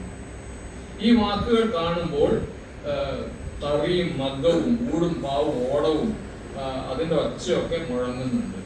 ഈ സാംസ്കാരിക ചെവി, അത് ചെവി നമുക്ക് കാണാം. പ്രത്യേകിച്ച് മൂന്നാമത്തെ ചെവി, സാംസ്കാരിക ചെവി. ആ ചെവി വെച്ചിട്ട് നമ്മൾ ഈ വാക്കിനെ പരിശോധിക്കുകയാണെങ്കിൽ ഈ ഒച്ചയെല്ലാം കേൾക്കാം. തറിയുടെ ഒച്ച, മഗ്ഗത്തിന്റെ ഒച്ച, ഊടിന്റെ ഒച്ച, പാവിന്റെ ഒച്ച, ഓടത്തിന്റെ ഒച്ച, ഈ ഒച്ചകളൊക്കെ നമുക്ക് കേൾക്കാം. ഏതോ ഒരു നെയ്ത്തുശാലയിൽ നിന്നുണ്ടായ പോലുള്ള അർത്ഥങ്ങളോടുകൂടി ജീവിക്കുന്ന രണ്ട് വാക്കുകളാണ് ഈ വാക്ക്. ഇനി ഒരു ഓർമ്മ പറയാം.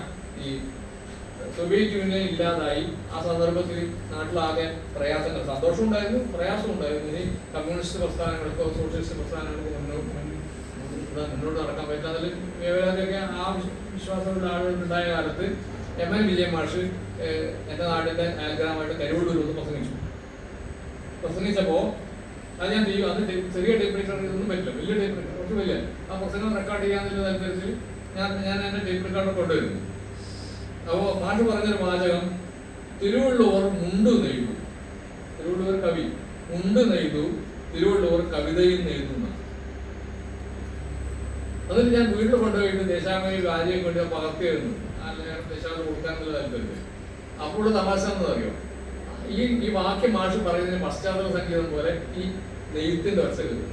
കാരണം കരുവള്ളൂരിലെ സെൻട്രൽ സ്കൂൾ പറയുന്ന LP സ്കൂളിൽ, ആ സ്കൂള് ഒരു നെയ്ത്തുകാരുടെ തെരുവിലാണ്. പഴയ പക്ഷേ ചാലിയ തെരുവില്ല, വെടിയുണ്ടല്ലോ, നെയ്ത്തുകാരുടെ തെരുവ്. ആ തെരുവിലാണ് ഈ സ്കൂൾ. അപ്പൊ നമ്മൾ ഈ നിത്യപരിചയം കൊണ്ട് ആ കേൾക്കാശം കേൾക്കുക. ടേപ്പ് റെക്കോർഡിന് പരിചയമില്ലല്ലോ, ടേപ്പ് റെക്കോർഡ് അത് റെക്കോർഡ് ചെയ്യണ്ടേ. അത് ഇപ്പോൾ ഞാൻ ഓർമ്മിക്കാം. അപ്പൊ ആ കോണ്ടാക്ട് ആ സന്ദർഭം പിന്നെ ഓർക്കണം. അപ്പോൾ ഇതിൽ ഈ വാക്കുകൾ ഉണ്ടായത് പിന്നെ സന്ദർഭം എന്നുള്ള വാക്കെന്ന പോലെ കോണ്ടക്സ്റ്റ് എന്ന വാക്കാണ്, ടെക്സ്റ്റ് എന്ന വാക്ക് ഉണ്ടായത് നെയ്ത്തുകാരുടെ തെരുവിൽ നിന്നാണ്, നെയ്ത്തുശാലയിൽ നിന്നാണ് എന്ന ആശയം.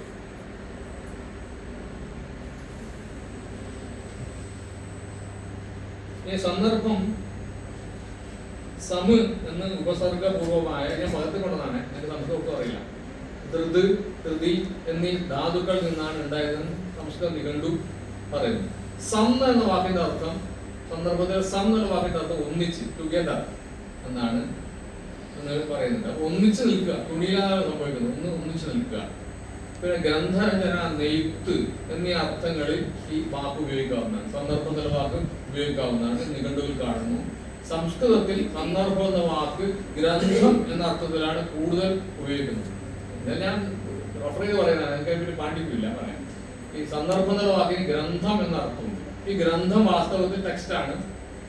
മാത്രമല്ല ഒരു ഗ്രന്ഥത്തിൽ അത് ഒന്നും അച്ചടിക്കാത്ത പുസ്തകമായാൽ തന്നെ അതിൽ പല നമ്മുടെ പേപ്പർ മാത്രം, ആ പേപ്പർ നോക്കിയാൽ അറിയാം, പലതും കൂട്ടി അരച്ചിട്ടാണ് പേപ്പർ ഉണ്ടാക്കുന്നത്.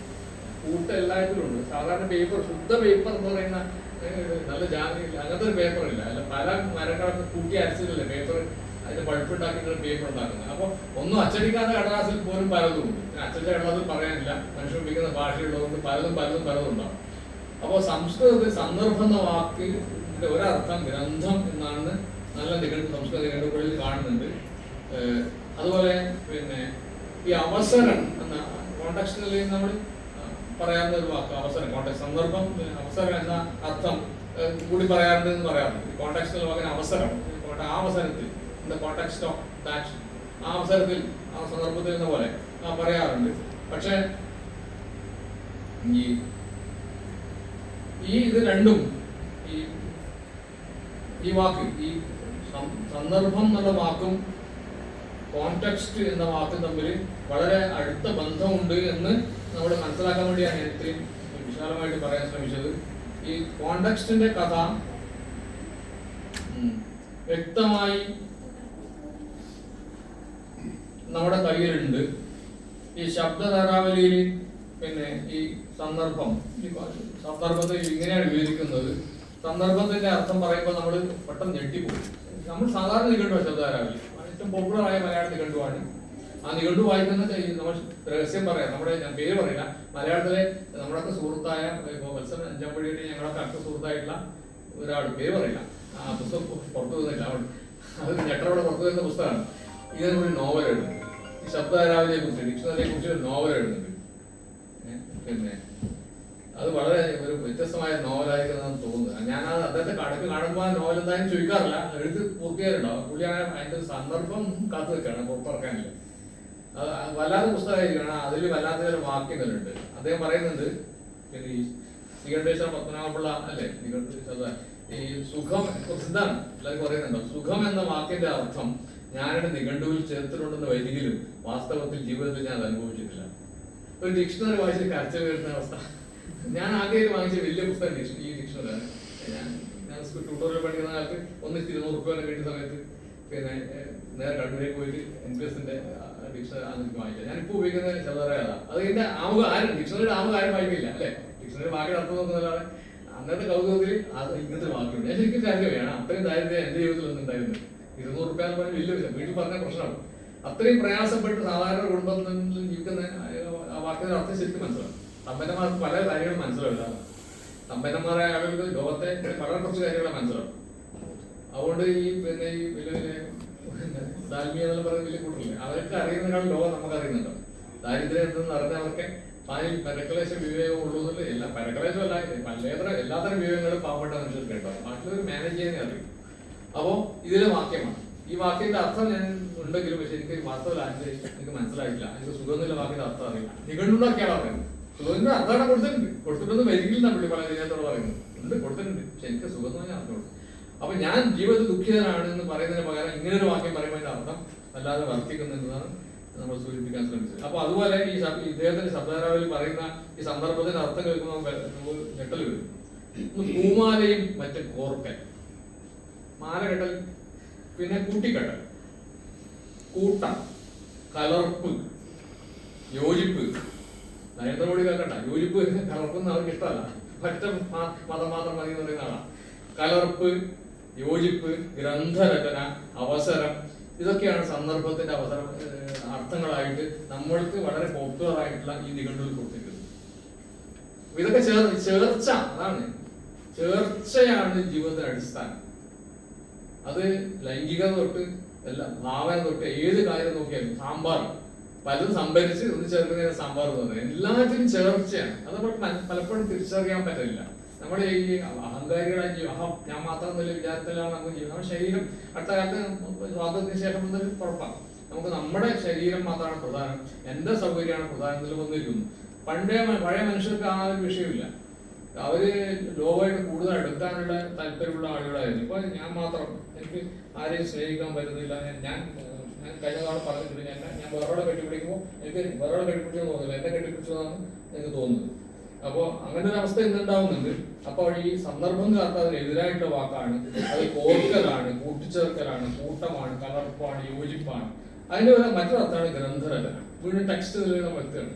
ഈ ഗ്രന്ഥം രചിക്കുമ്പോൾ അത് ഒന്നായി രചിക്കാൻ പറ്റും. പല അനുഭവങ്ങളും ചേർത്തിട്ടല്ലോ, പല സാംസ്കാരിക അനുഭവങ്ങൾ, വളരെ വ്യക്തിപരമായിട്ടുള്ള അനുഭവങ്ങൾ, പല ചരിത്രാനുഭവങ്ങൾ, ഇതൊക്കെ ചേർത്ത് ഒരു ഗ്രന്ഥം ഉണ്ടാക്കാൻ പറ്റും. ഒറ്റ പ്യോറായിട്ട് ഗ്രന്ഥമില്ല, വളരെ സംശുദ്ധമായിട്ടുള്ള പുസ്തകം ഉണ്ടാവില്ല. പല ആശയങ്ങളും, പല ജീവിത സന്ദർഭങ്ങളും, പല സമസ്യകളും, പല പ്രശ്നങ്ങളും ചേർത്തിട്ടാണ് പുസ്തകം ഉണ്ടാവും. ഏത് കൃതിയായാലും നമ്മൾ യോജിച്ചാലും ഇല്ലെങ്കിലും ഒരു ഗ്രന്ഥത്തിന്റെ പ്രത്യേകം കുറെ കൂടി മെച്ചപ്പെട്ട ഗ്രന്ഥത്തിന്റെ അർത്ഥഗർഭം ആയ നിബിഡതയുള്ള പുസ്തകം നോക്കിയാൽ അതിൽ പല പല കാര്യങ്ങൾ ചേർത്തിട്ടുണ്ടാവും. അപ്പോൾ സന്ദർഭം എന്ന സംസ്കൃത വാക്കിന് നമ്മൾ ടെക്സ്റ്റ് എന്ന് പറയുന്ന ഇംഗ്ലീഷ് വാക്കുമായി വളരെ ബന്ധമുണ്ട് എന്നാണ് നമ്മൾ പറയാൻ ശ്രമിച്ചത്. നമുക്ക് പെട്ടെന്ന് ബോധ്യപ്പെടും. ഈ ഡിക്ഷണറി നോക്കുന്നവരെ നമുക്ക് ബോധ്യപ്പെടുന്ന ഒരു കാര്യം ആയിക്കോളുന്നില്ല. കാരണം സന്ദർഭത്തിന്റെ ഈ അർത്ഥം നമ്മൾ വിട്ടുകളഞ്ഞിരിക്കുന്നു. മാത്രമല്ല, ഈ നമ്മൾ സാധാരണ പറയുന്ന സന്ദർഭമില്ലേ, സിറ്റുവേഷൻ, അല്ലെങ്കിൽ അതിന് തന്നെ സാഹചര്യം ഒന്നിച്ച് ചരിക്കുന്നത്, അത് ഒരാൾ പറ്റുന്ന ഒന്നിച്ച് ചരിക്കാൻ പറ്റില്ല, അതിന് ചേർച്ചയുണ്ട്. അപ്പൊ ചേർച്ച എന്ന ആശയം ഇന്നത്തെ ഒരു ഏകാധിപത്യത്തിന്റെ ലോകത്ത് അത് വെറും ഭരണകൂടത്തിന്റെ മാത്രമല്ല, മനുഷ്യർക്കും ഏറ്റവും വേഗത്തിൽ പോവുക, അങ്ങനെ വിജയിക്കാനുള്ള വല്ലാത്ത ആർത്തിയാണ് പുതിയ മനുഷ്യർ. അല്ലെ, വ്യക്തികൾക്ക് മറ്റുള്ളവർ സ്നേഹിക്കാനാവുന്നില്ല. വീണ്ടും വീണ്ടും പറയാം, അങ്ങനത്തെ സ്നേഹം ഉണ്ടാവുന്നില്ല, കൃത്യമായിട്ടുള്ള സ്നേഹമുള്ളൂ. ഏത് ആവശ്യത്തിന് വേണ്ടി സ്നേഹമല്ലാതെ യഥാർത്ഥമായിട്ടുള്ള സ്നേഹം എന്ന് പറയുന്ന ആശയം പൊതുവെ ജീവിതത്തിൽ പ്രയോഗിക്കപ്പെടുന്നില്ല. അങ്ങനത്തെ ഒരു കാലത്ത് ഈ സന്ദർഭം എന്നുള്ള വാക്കിന്റെ ഈ അർത്ഥത്തിന് വലിയ പ്രതിരോധ മൂല്യം ഉണ്ട്, റെസിസ്റ്റൻസ് വാല്യൂ ഉണ്ട് എന്നുകൊണ്ട് ഓർമ്മിക്കേണ്ടത്. ചേർച്ചയുടെ പ്രാധാന്യം, കൂട്ടത്തിന്റെ പ്രാധാന്യം, യോജിപ്പിന്റെ പ്രാധാന്യം ഒക്കെ എടുത്തു പറയുന്ന വാക്കാണ്. അത് ഒറ്റ വാക്കിൽ തന്നെ ഒരു ദർശനാണ്. ഒറ്റ വാക്കേ ഉള്ളൂ സന്ദർഭം, അതൊരു ദർശനാണെന്നാണ് ഡിക്ഷണറി കാണിക്കുന്നത്. ഇനി കുറച്ചും കൂടി പിക്ചോറിയലായിട്ട് പറയാം. സന്ദർഭ സന്ദർഭത്തിന് അടിസ്ഥാനം. ഇതേപോലെ ഞാൻ ഞെട്ടിപ്പോയി, കോയിൽ ധരിച്ചു പോയി എന്ന് പറയാം. ഇത് ഞാൻ ഈ കുറിപ്പല്ല കണ്ട് മനസ്സിലാവുന്നത്, കുറെ കൊല്ലം മുമ്പ് ഉണ്ടാക്കിയാണ്. ഞാൻ പരിധിയെടുത്താണ് ഈ ആവശ്യത്തിന് വേണ്ടി, അച്ചടിച്ചിട്ടൊന്നുമില്ല, അച്ചടിച്ചില്ലാന്ന് വിചാരിക്കുന്നു. അപ്പോ സന്ദർഭ, ദർഭപുല്ല്, അത് ടെക്സ്റ്റൈലല്ലേ. ദർഭപുല്ല് കുറെ നൂല് ചേർക്കുന്ന പോലെ കുറെ ദർഭ പുല്ല് ഇങ്ങനെ ചേർത്തിട്ടാണ് ഈ വാക്ക്, അതാണ് മൂലം. സന്ദർഭം എന്നുള്ള വാക്കിന്റെ മൂലം എന്ന് പറയുന്നത് ഈ ദർഭ പുല്ല് ഒന്നിച്ച് വെക്കുക എന്നുള്ളതാണ്. അപ്പൊ അങ്ങനെയാണ് നമ്മൾ നിഘണ്ടുവില് ഈ പിരിച്ചെഴുതി കാണിച്ചിരിക്കുന്നത്. ദർഭപുല്ലാണോ പിന്നെ ഈ പുല്ല് എന്ന് എനിക്ക് അറിഞ്ഞുകൂടാ. ദർഭം എന്ന് പറഞ്ഞാൽ ദർഭം കൊണ്ടുള്ള ഇരിപ്പിടം എന്ന് അർത്ഥമുണ്ട്. ദർഭപുല്ല് കൊണ്ടുള്ള ഇരിപ്പിടം എന്ന് പറഞ്ഞു. പണ്ട് കസേരയൊന്നുമില്ല, കസേര കത്തീഡ്ര എന്നുള്ള പറയുന്നത് വന്നാണ്. അറിയാലോ, ഈ കത്തീഡ്രലില്ലേ, ബിഷപ്പിന്റെ സീറ്റിനാണ് കത്തീഡ്ര എന്ന് പറയാം, അതിലുള്ള പള്ളിയിലാണ് കത്തീഡ്രൽ എന്ന് പറയാം. അപ്പൊ ആ വാക്കെന്നാണ് പോർച്ചുഗീസ്, ചുരുക്കി പറഞ്ഞാൽ പോർച്ചുഗീസുകാർ നമ്മുടെ നാട്ടിൽ വന്നതിന് ശേഷമാണ് ഈ ചെയർ എന്ന വാക്കുണ്ടാകുന്നത്. അതിനുമ്പ് ആ ചെയർ എന്നുള്ള വാക്കില്ല, കസേര എന്നുള്ള വാക്കില്ല. കസേര എന്നുള്ള വാക്കും ചെയർ എന്നുള്ള വാക്കും കത്തീഡ്ര എന്നുള്ള വാക്കും ഒന്നാണ്. അത് ഇത് മലയാള വാക്കല്ല. കസേര എന്നുള്ള മലയാള വാക്കല്ല, ഇന്ത്യൻ വാക്കേ അല്ല. അവർ വന്നതിന് ശേഷം ഉണ്ടായിരുന്നു ബിഷപ്പ് ഇരിക്കുന്ന പള്ളി, ആ പള്ളിയുടെ പേര് കത്തീഡ്ര ഉള്ളതുകൊണ്ട് കത്തീഡ്രൽ. ഭദ്രാസന പള്ളി, ആസനം കസേരയാണ്, ഭദ്രാസന പള്ളി എന്നാ പറയാം മലയാളത്തിൽ. അപ്പൊ അവര് വന്നതാണ് പോർച്ചുഗീസുകാർ കൊണ്ടുവന്ന പല കാര്യങ്ങളുണ്ടല്ലോ, അതിലൊന്നാണ് നമ്മൾ ഇരുന്നിരിക്കുന്ന കസേര. അതിന് മുമ്പേ സിംഹാസനമൊക്കെ ഉണ്ട്, അത് സാധാരണ മനുഷ്യർക്കുള്ളതല്ല. അപ്പോ ചോദ്യം ഇതാണ്, ഈ പായ നെയ്ത്താണോ ഈ ദർഭപുല്ല് കൊണ്ട് പായ നെയ്യുണ്ടായിരുന്നു? പുൽപ്പായ എന്ന് പറയില്ലേ, ആ വാക്ക് നോക്കാം. പുൽപ്പായ, നമ്മളെ സാധാരണ പുൽപ്പായ ഏത് സ്ഥാനത്ത് ഉണ്ടാകുന്ന എനിക്ക് അറിഞ്ഞൂടാ. അതായത് ദർഭപുല്ല് കൊണ്ട് ഈ വൈദിക ആവശ്യങ്ങൾ, പൂജാ കാര്യങ്ങളൊക്കെ ദർഭപുല്ല് കൊണ്ടുള്ള ഇരിപ്പിടം തന്നെ വേണമെന്ന് പൂജാരികൾ പറയാറുണ്ട്, ഇപ്പോഴും നമ്മൾ ചിലപ്പോൾ കാണാറുണ്ട്. അപ്പൊ പായ നെയ്ത്താണോ ഈ സന്ദർഭം എന്നുള്ള വാക്കിന്റെ മൂലം, അടിസ്ഥാനം എന്ന് ആലോചിക്കാവുന്നതാണ്. അതിന് പവിത്രം കെട്ടാൻ വേണ്ടിയിട്ട് പിന്നെ ദർഭപ്പുല്ല് വേണം. അതൊക്കെ ഇങ്ങനത്തെ കാര്യങ്ങളിലൊക്കെ ഈ പുൽനാമ്പുകളുടെ കൂടിക്കലർന്നുള്ള ആശയം ഉണ്ട്. ഒരു സന്ദർഭത്തിൽ, ഒരു ജനകീയ സന്ദർഭത്തിൽ, ഒരു പൊതു സന്ദർഭത്തിൽ നടക്കേണ്ടത് ഈ ചേർച്ചയാണ്. അപ്പൊ പറഞ്ഞത് നമ്മൾ ഈടെത്തിച്ചേരുന്നത് സന്ദർഭം എന്നുള്ള വാക്കിൽ ചേർച്ച എന്ന ആശയമുണ്ട്. ഒരു പേഴ്സണൽ സന്ദർഭം സാധ്യമല്ല. വാക്കിന്റെ അർത്ഥം നോക്കിയാൽ എനിക്ക് മാത്രമേ സന്ദർഭം ഉണ്ടാക്കാൻ പറ്റില്ല. ചിലപ്പോ നമ്മുടെ ഹോട്ടൽ മുറികളിലും മറ്റും താമസിക്കും, വലിയ മുറിയായിരിക്കും. അപ്പോൾ ഞാൻ ഒറ്റക്കല്ല, ഈ ഏകാന്തതയിൽ ഞാൻ ചേർന്നിട്ടാണ്. എന്റെ വികാര വിക്ഷോഭം ഉണ്ടാകുന്നത് എനിക്ക് ഈ മുറി പറ്റില്ല, എനിക്ക് ഈ മുറി പേടിയുണ്ട്, എനിക്ക് പുറത്തേക്ക് കാണുന്നത് ഞാൻ പേഴ്സണലായി പറയുന്നതാണ്. പിന്നെ എനിക്കിങ്ങനെ അടച്ചിട്ട മുറികൾ ചെറിയ നിങ്ങളൊക്കെ ഉള്ളതുകൊണ്ട് പേടിയില്ല. ചിലപ്പോൾ ചില മീറ്റിങ്ങിനൊക്കെ പോയാൽ വലിയ സൗകര്യമായിരിക്കും, വലിയ മുറി, പക്ഷെ തുറക്കാൻ പറ്റില്ല, തുറക്കാൻ പാടില്ല, പക്ഷെ പറയാം തുറക്കാൻ പറ്റില്ല എന്ന് പറയും. അപ്പൊ നമുക്ക് പേടിയോ, പക്ഷെ ഒന്നും രക്ഷയില്ല. അവൻ എന്തെങ്കിലും മരുന്ന് കഴിച്ച് ഉറങ്ങാനാണ് ഞാൻ കഫ് സിറപ്പാന്ന് എന്താണ് പീടി പോലും ചെറിയ കഫ് സിറപ്പ് ഭയങ്കര അപകടമായി. രണ്ടാമത് കഫ് സിറപ്പ് കഴിക്കാൻ പാടില്ല. ഞാൻ അങ്ങനെ പലപ്പോഴും മയക്ക് വരുന്ന പോലെ ഈ കഫ് സിറപ്പ് കഴിച്ചിട്ട് വലിയ മുറികളെ പേടിച്ചിട്ട് ജനൽ തുറക്കാൻ പാടുന്നതിൽ അനുവാദമില്ല. പറഞ്ഞാലും കൊതു വരും, അത് വരും, അതിന് നെറ്റൊന്നും ഇട്ടുണ്ടാവില്ല, നെറ്റ് ഇട്ടാലും കുഴപ്പമില്ല. മാത്രമല്ല അതിന് ചില പ്രൈവസിയിലൊക്കെ കുറച്ചുണ്ടല്ലോ, മുറി എന്ന് പറയുമ്പോൾ പുറത്തേക്കില്ല, അപ്പൊ നോട്ടം അങ്ങനെ അതൊക്കെ കുറച്ച് ഹോട്ടലുകാർ പൊതുവെ നമ്മുടെ കൂടെ നമ്മുടെ ബന്ധുക്കളായ സ്ത്രീകളോട് പറയാനില്ല, ഒരിക്കലും തുറക്കാൻ പാടില്ല പറയും. കാരണം അങ്ങനത്തെ ക്യാമറ അങ്ങനെയെല്ലാം പറഞ്ഞു. അപ്പൊ നമുക്ക് പേടി കൂടും. അപ്പൊ അങ്ങനത്തെ മുറിയിൽ താമസിക്കാൻ ഒരാളുണ്ടെങ്കിലും കുഴപ്പമില്ല. ഒറ്റക്ക് എന്റെ ദൗർബല്യത്തെ കുറിച്ച് പറയാം. അപ്പൊ ഈ മുറി മാറ്റാൻ ഈ മുറികളല്ല, ഈ മുറിയെ കുറിച്ചല്ല നിങ്ങളുണ്ടല്ലോ. അപ്പൊ ഇതെല്ലാം ബന്ധപ്പെട്ട കാര്യങ്ങളാണ്, ഇതൊക്കെ ബന്ധപ്പെട്ട കാര്യങ്ങളാണ് പറയാൻ വേണ്ടിയിട്ടാണ്. അപ്പോ പിന്നെ ഈ നമ്മൾ ഇതുവരെ പറഞ്ഞതിന് ചോദിക്കാവുന്ന ചോദ്യം ഇതാണ്, ഈ ഗ്രന്ഥരചനാതല ആശയവും നെയ്ത്തുന്ന ആശയവും ഏതാണ് ഒന്നാണ്. കാരണം ഒരു ഗ്രന്ഥം രചിക്കണമെങ്കിൽ പല പല ആശയങ്ങളും ഒന്നിച്ചു കേട്ടണം. ഒരു ചൂല് ഉണ്ടാക്കുന്ന പോലെ, അല്ലെങ്കിൽ പായ ഉണ്ടാക്കുന്ന പോലെ, തുണി ഉണ്ടാക്കുന്ന പോലെ. അങ്ങനെ ആ ഒരു വിനയം എഴുത്തുകാർക്ക്, ഇപ്പോഴത്തെ ഭാഷ എഴുത്താളുകൾ, റൈറ്റേഴ്സിന് വേണം. നമുക്ക് അവാർഡ് മേടിച്ച് കീശി നോക്കാം. അല്ല, ഞാൻ ഈ പുസ്തകം വിചാരിച്ചിട്ടുള്ള ഈ ഒരു പുസ്തകം, ഒരു കവിത, അല്ലെങ്കിൽ എന്തായാലും നാടകം, നോവൽ, കഥ, ഏത് രീതിയിൽ നിരൂപണം എന്ത് എഴുതിയാലും ഇത് പൂർണ്ണമായിട്ടും ഞാൻ എഴുതാൻ വിചാരിച്ചിട്ടുള്ള അതിന്റെ ഒരു എഴുത്ത് പണിയെടുത്താൽ മാത്രമല്ല, ഉണ്ടാക്കി ഞാനല്ല. ഈ സമൂഹം ഇല്ലെങ്കിൽ, ഭാഷ ഇല്ലെങ്കിൽ ഇത് എഴുതാൻ പറ്റില്ല. ഞാൻ ഒറ്റയ്ക്ക് ജനിച്ച ഉടനെ തന്നെ ഇപ്പൊ എം ടി വാസുദേവനായ കൂടല്ലൂരിലെ പുഴ കടന്നു വന്ന ചെന്നായവനെ കഴിച്ചിട്ട് കാട്ടിൽ കൊണ്ടുവരുന്ന ഒരിക്കലും എം ടി 2 കാലം നടക്കും കൂടിയില്ല. പിന്നെ പുസ്തകത്തിൽ അല്ല ഉറപ്പല്ലേ, 4 കാലം നടക്കുന്നതല്ല. അപ്പൊ ഈ വളരെ ലളിതവൽക്കരിച്ച എക്സാമ്പിൾ ആയി പോയത് എങ്കിലും അല്ലേ, ഞാൻ ഇപ്പൊ എം ടിയുടെ സന്ദർഭമായിട്ട് പറഞ്ഞു, ഞാൻ വേറെ പേര് മാറ്റി പറയാൻ വേണം. എം ടിയോട് പറഞ്ഞാൽ അദ്ദേഹം പരാതിണ്ടാവില്ല കേട്ടോ, അദ്ദേഹത്തിന് മനസ്സിലാവും. ഞാൻ പറയുന്ന ഇത്രേ ഉള്ളൂ. പിന്നെ നമ്മൾ ഒറ്റക്കായി നിൽക്കുമ്പോൾ നമുക്ക് ഒന്നും ചെയ്യാൻ പറ്റില്ല. അന്ന് കാണിക്കുന്ന വാക്കാണ് തോന്നുന്നത്. നമ്മളൊക്കെ എന്തെങ്കിലും ചെയ്യാൻ പറ്റും. നമ്മുടെ ശരീരഭാഷ, നമ്മുടെ ഭാഷ. ഇപ്പൊ ഞാൻ ചന്ദനാഥ സ്ഥലത്ത് താമസിക്കുന്നതാണ്, കാസർഗോഡ് ജില്ലയിൽ. ഞങ്ങളുടെയൊക്കെ ഭാഷ ഒരുപോലെയാണ്, തലപ്പുറമ്പേരെ ഭാഷ വ്യത്യാസം. നമ്മുടെ അടുത്തടുത്തല്ലേ, അല്ല, അരമണിക്കൂർ കൊണ്ടിട്ട് എത്താം. എന്തുകൊണ്ടാ കാര്യം? നിങ്ങൾ മോശക്കാരനായതോ ഞാൻ മോശക്കാരനായതുകൊണ്ടല്ല, നിങ്ങൾ 2 സ്ഥലത്ത് ജീവിക്കുന്നില്ല, അത്രേ ഉള്ളൂ. നമ്മുടെ ഭാഷ, ശരീരഭാഷ, എല്ലാ കാര്യങ്ങളും. ഇപ്പൊ തിരുവാടയിൽ ആൾക്കാർ കോട്ടയക്കാരെ പരിഹസിച്ച് പറയുന്ന കുറേ വാക്കുകളില്ലേ, അവരുടെ രീതിയിൽ സംസാരിക്കും. അത് മോശമൊന്നുമല്ല. ഞാൻ അക്ബറൊക്കെ മറ്റൊരു പണ്ട് സൺഡേ ഉണ്ടായിരുന്നു ഈ TV-യിൽ. അദ്ദേഹം ആ കോട്ടയം ഭാഷയെ പരിഹസിച്ചു. ഞാൻ പറഞ്ഞു, ഭാഷാധ്യാപനം എനിക്ക് പരിഹസിക്കാൻ പാടില്ല. അത് ഒരാളുടെ ഭാഷയാണ് മനസ്സിലാക്കുക. ഒരുപാട് ആൾക്കാർ സംസാരിക്കുന്ന ഒരുപാട് കോട്ടയത്തിലെ സ്ലാങ് എന്ന് പറയുന്നില്ലേ, അതിന് കാരണം ഉണ്ടാവും. ആ കാരണം നിങ്ങൾക്ക് അറിയാത്തതുകൊണ്ടാണ് നിങ്ങൾ പരിഹസിക്കുന്നത്. പിന്നെ അത് TV-ലൊന്നുമില്ല, അത് മുറിച്ചു കളഞ്ഞു. പക്ഷെ മുറിച്ചു കളഞ്ഞാൽ യാഥാർത്ഥ്യമായിട്ട് പോകുന്നു. എമ്മൻ വിജയമായിട്ട് പറഞ്ഞ പോലെ കുട്ടിയെ പുറത്താക്കിയാൽ കുട്ടി ഒരു ചോദ്യം ഉള്ളിൽ തന്നെ നിൽക്കുന്ന പറയുന്നില്ലേ. അപ്പൊ കോട്ടയത്തെ ഭാഷ മോശമാണ്, കണ്ണൂരെ ഭാഷ ഗംഭീരമാണ്, ചന്ദേരിയിലെ ഭാഷ അതിനേക്കാളും ഗംഭീരമാണെന്നുള്ള മൂഢവിശ്വാസമാണ്, ഫാസിസ്റ്റ് രീതിയിലുള്ള വിശ്വാസമാണ്. അപ്പൊ നമ്മളൊക്കെ നമ്മുടെ അറിവും നമ്മുടെ എല്ലാ കാര്യങ്ങളും നമ്മൾ സന്ദർഭം എന്നുള്ള വാക്കിന്റെ അർത്ഥത്തെ ബന്ധിപ്പിച്ച് പറയണം. നമ്മൾ ഒന്നിച്ച് ചേർന്ന് നിൽക്കുന്നതുകൊണ്ടാണ് ഉണ്ടാവുന്നത്. അപ്പൊ ചേർച്ച എന്ന ആശയം ഈ പുതിയ മുതലാളിത്തം ചെയ്തുകൊണ്ടിരിക്കുന്ന നമ്മുടെയൊക്കെ ഓരോ ആളെയും വ്യക്തികളാക്കി നമ്മുടെ ശരീരത്തിനെ കുഴിച്ചിട്ടേ, നമ്മുടെ ശരീരത്തിൽ തന്നെ നമ്മളെ കുഴിച്ചിടുന്നു. എന്റെ ശരീരത്തിനപ്പുറത്ത് എനിക്ക് ജീവിതമില്ലാത്ത അവസ്ഥ വരുന്നു. നമുക്ക് മറ്റുള്ള ആളെ സഹിക്കാൻ പറ്റില്ല.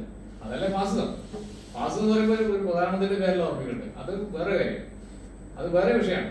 അത് ആ നിലയ്ക്ക് ചർച്ച ചെയ്യാം. പക്ഷെ ഫാസിസം ഒരു കാലാവസ്ഥയാണ്. ഫാസിസ്റ്റ് വിരുദ്ധരായ ആൾക്കാർ പോലും ഫാസിസ്റ്റ് രീതിയിൽ പെരുമാറാൻ നിർബന്ധിക്കപ്പെടുന്ന, അറിയാതെ അബോധമായി നിർബന്ധിക്കപ്പെടുന്ന അവസ്ഥയാണ് ഫാസിസം എന്ന് പറയുന്നത്. ആ ഫാസിസത്തിന് അതിനൊരു സമരമായ ബുദ്ധിമുട്ടാണെന്ന് പറയുന്നത്. വ്യക്തിപരമായി ഇനീഷ്യേറ്റീവ് ഇല്ലാതെ ഫാസിസത്തെ തോൽപ്പിക്കാൻ പറ്റില്ല. രാഷ്ട്രീയ ഇലക്ഷനിലൂടെ തോൽപ്പിക്കാൻ പറ്റില്ല. ഫാസിസം തോൽപ്പിക്കുന്ന വ്യക്തിപരമായ ഇനീഷ്യേറ്റീവിലൂടെയാണ്. എല്ലാ സന്ദർഭങ്ങളിലും ഈ ബസ് സീറ്റ്, ഞാൻ എഴുതിയിട്ടുണ്ട്, ബസ് സീറ്റ്, ലൈംഗികത, ഇതിലൊക്കെ തുല്യതയുടെ ഒരു ആശയം ഉണ്ടായാൽ മാത്രമേ ഫാസിസത്തെ വ്യക്തിപരമായി തോൽപ്പിക്കാൻ പറ്റൂ. അതിൽ ഇലക്ഷനിലൂടെ മാത്രമേ ജയിപ്പിക്കാൻ പറ്റില്ല. നിങ്ങളുടെ ആണിന് സുഖം മാത്രമേ ലൈംഗികത, അങ്ങനെ ഫാസിസം ജയിച്ചു. ബസ്സിൽ ഇരിക്കുമ്പോൾ നിങ്ങൾ പടർന്നിരിക്കുക, മറ്റേ സീറ്റില്ല, ഒരേ പതുക്കെയല്ലേ രണ്ടാമത്തെ സീറ്റിൽ. അപ്പോ ഈ ഒരുതരം തുല്യതയുടെ മനോഭാവം ഏറെക്കുറെ ഉണ്ടായാൽ മാത്രമേ ഫാസിസമായിട്ടുള്ള ദേശീയത രൂപം, ഒരു ദേശീയ ബോധം ഉണ്ടാവുകയുള്ളൂ. അപ്പൊ ഇതൊക്കെ കാണിക്കുന്ന ഒരർത്ഥത്തിൽ കാണിക്കുന്ന ഭാഗമാണ് സന്ദർഭം. ചേർച്ചയുടെ ഒരു ഐഡിയോളജിയാണ് പറയുന്നത്. പിന്നെ നമുക്ക് അധിക സമയം വേണ്ട. ഞാൻ കഴിഞ്ഞ ആഴ്ച 3/4 മണിക്കൂർ സംസാരിച്ചത് 1.5 മണിക്കൂറായിരുന്നു കഴിഞ്ഞ വയസ്സിലെ. ഇങ്ങനെ ആണമോന്ന് നോക്കി പറഞ്ഞാണെങ്കിൽ ഇങ്ങനൊന്നും പറയാൻ സാധനം പറ്റൂല. ഞാൻ അവിടെ പെട്ടെന്ന് തീർക്കാം. കോണ്ടെക്സ്റ്റ് ആയാലും സന്ദർഭമായാലും ഉണ്ടായി വന്നത് എങ്ങനെ നമ്മൾ അന്വേഷിച്ചത് എന്ന അറിവ് സാഹിത്യ പഠനത്തിന് കൂടി സഹായകം ആക്കാവുന്നതാണ്. സാഹിത്യത്തിൽ സന്ദർഭം എന്നുള്ള വാക്കിനേക്കാളും നമ്മൾ ഉപയോഗിക്കുന്ന വാക്ക് ഒരുപക്ഷെ സംഭവം എന്നുള്ള വാക്കാണ്. സംഭവം എന്നുള്ള വാക്ക് അവ ഏതാണ്ട് പര്യായ പദങ്ങളാണെന്ന് വിചാരിക്കുന്ന ആൾക്കാർ വരെ ഉണ്ടാവും. പക്ഷെ ഒരു സംഭവം സന്ദർഭമാവുന്നത് എങ്ങനെയാണ് എന്ന് ആലോചിക്കാവുന്നതാണ്. ഒരു സംഭവത്തിന് ഒരു നിലയ്ക്കുള്ള ഗതിക്ക് എതിരെ വേറെ ഒന്ന് ചേർന്ന് വന്ന് ഒരു ചേർച്ച ഉണ്ടാകുന്ന സന്ദർഭമായി തീരുന്നത്. അതായത് ഞാൻ നേരത്തെ പറഞ്ഞത്, ഒരു സംഭവം, ആ സംഭവത്തിന്റെ ഗതി നോക്കിയാൽ അതിനെതിരായിട്ടുള്ള ഒന്നും കൂടി എത്ര ഉണ്ടാവും. ഞാനിപ്പോ കണ്ണൂരേക്ക് ബസ്സിൽ പോകുമ്പോൾ ഇങ്ങോട്ട് പയ്യന്നൂരേക്കും ബസ് വരുന്നുണ്ടാവില്ലേ, അങ്ങനെയാണ് ഗതാഗതം. ആ വാക്ക് ഗതയും മരവും പോക്കുന്നില്ല, ആ വാക്കിൽ തന്നെ ഒന്നിനെതിരെ മറ്റൊന്നുണ്ടാവും. അത് ലോകത്തിന്റെ അവസ്ഥയാണ്. അപ്പൊ ഒന്ന് മാത്രമേ ഉള്ളൂ വിചാരിക്കുന്ന മൂടത്വമാണ്. കണ്ണൂരേക്ക് മാത്രമല്ല, ഇങ്ങോട്ടും പയ്യന്നൂരെ ഭാഗത്തേക്ക് ബസ് പോകുന്നുണ്ട്. അങ്ങനെയാണ് റോഡ് ഒരു യാഥാർത്ഥ്യമായിട്ട് മാറുന്നത്. അപ്പൊ അങ്ങനെ ഒരു രീതിയിലാണ് നമ്മൾ കാണേണ്ടത്. അപ്പോഴെ സംഭവത്തെ, അപ്പോഴെ സന്ദർഭം ഉണ്ടാവുന്നത് എന്നാണ് ഈ നിഘണ്ടുവെന്ന് ഊഹിക്കാവുന്ന കാര്യം. ഒരു സംഭവത്തിന് എതിരെ മറ്റൊരു സംഭവം കൂടി ഉണ്ടാകുമ്പോഴാണ് ചേർച്ച ഉണ്ടാവുന്നത്. അങ്ങനെയാണ് അത് സന്ദർഭമായിട്ട് മാറുന്നത്. സന്ദർഭം എന്നുള്ള വാക്കിന് സമയം, നമ്മൾ കല്യാണത്തിൽ അല്ലേ, അപകടത്തിന്റെ സന്ദർഭവും കല്യാണത്തിന്റെ സമയം അങ്ങനെ പറയില്ലേ. സമയം നടത്തുന്നുണ്ട്, കാലം നടത്തുന്നുണ്ട്, തക്കം നടത്തുന്നുണ്ട്, അവസരം നടത്തുന്നുണ്ട്, മുഹൂർത്തം നടത്തുന്നുണ്ട്, നിമിഷം നടത്തുന്നുണ്ട്, വേള നടത്തുന്നുണ്ട്, ഘട്ടം നടത്തുന്നുണ്ട്. ഇതൊക്കെ സന്ദർഭത്തിലുള്ള പിന്നെ മറ്റു അർത്ഥങ്ങളാണ്. പക്ഷെ അത് ലീനിയറാണ്, രേഖീയമായിട്ടുള്ളതാണ്.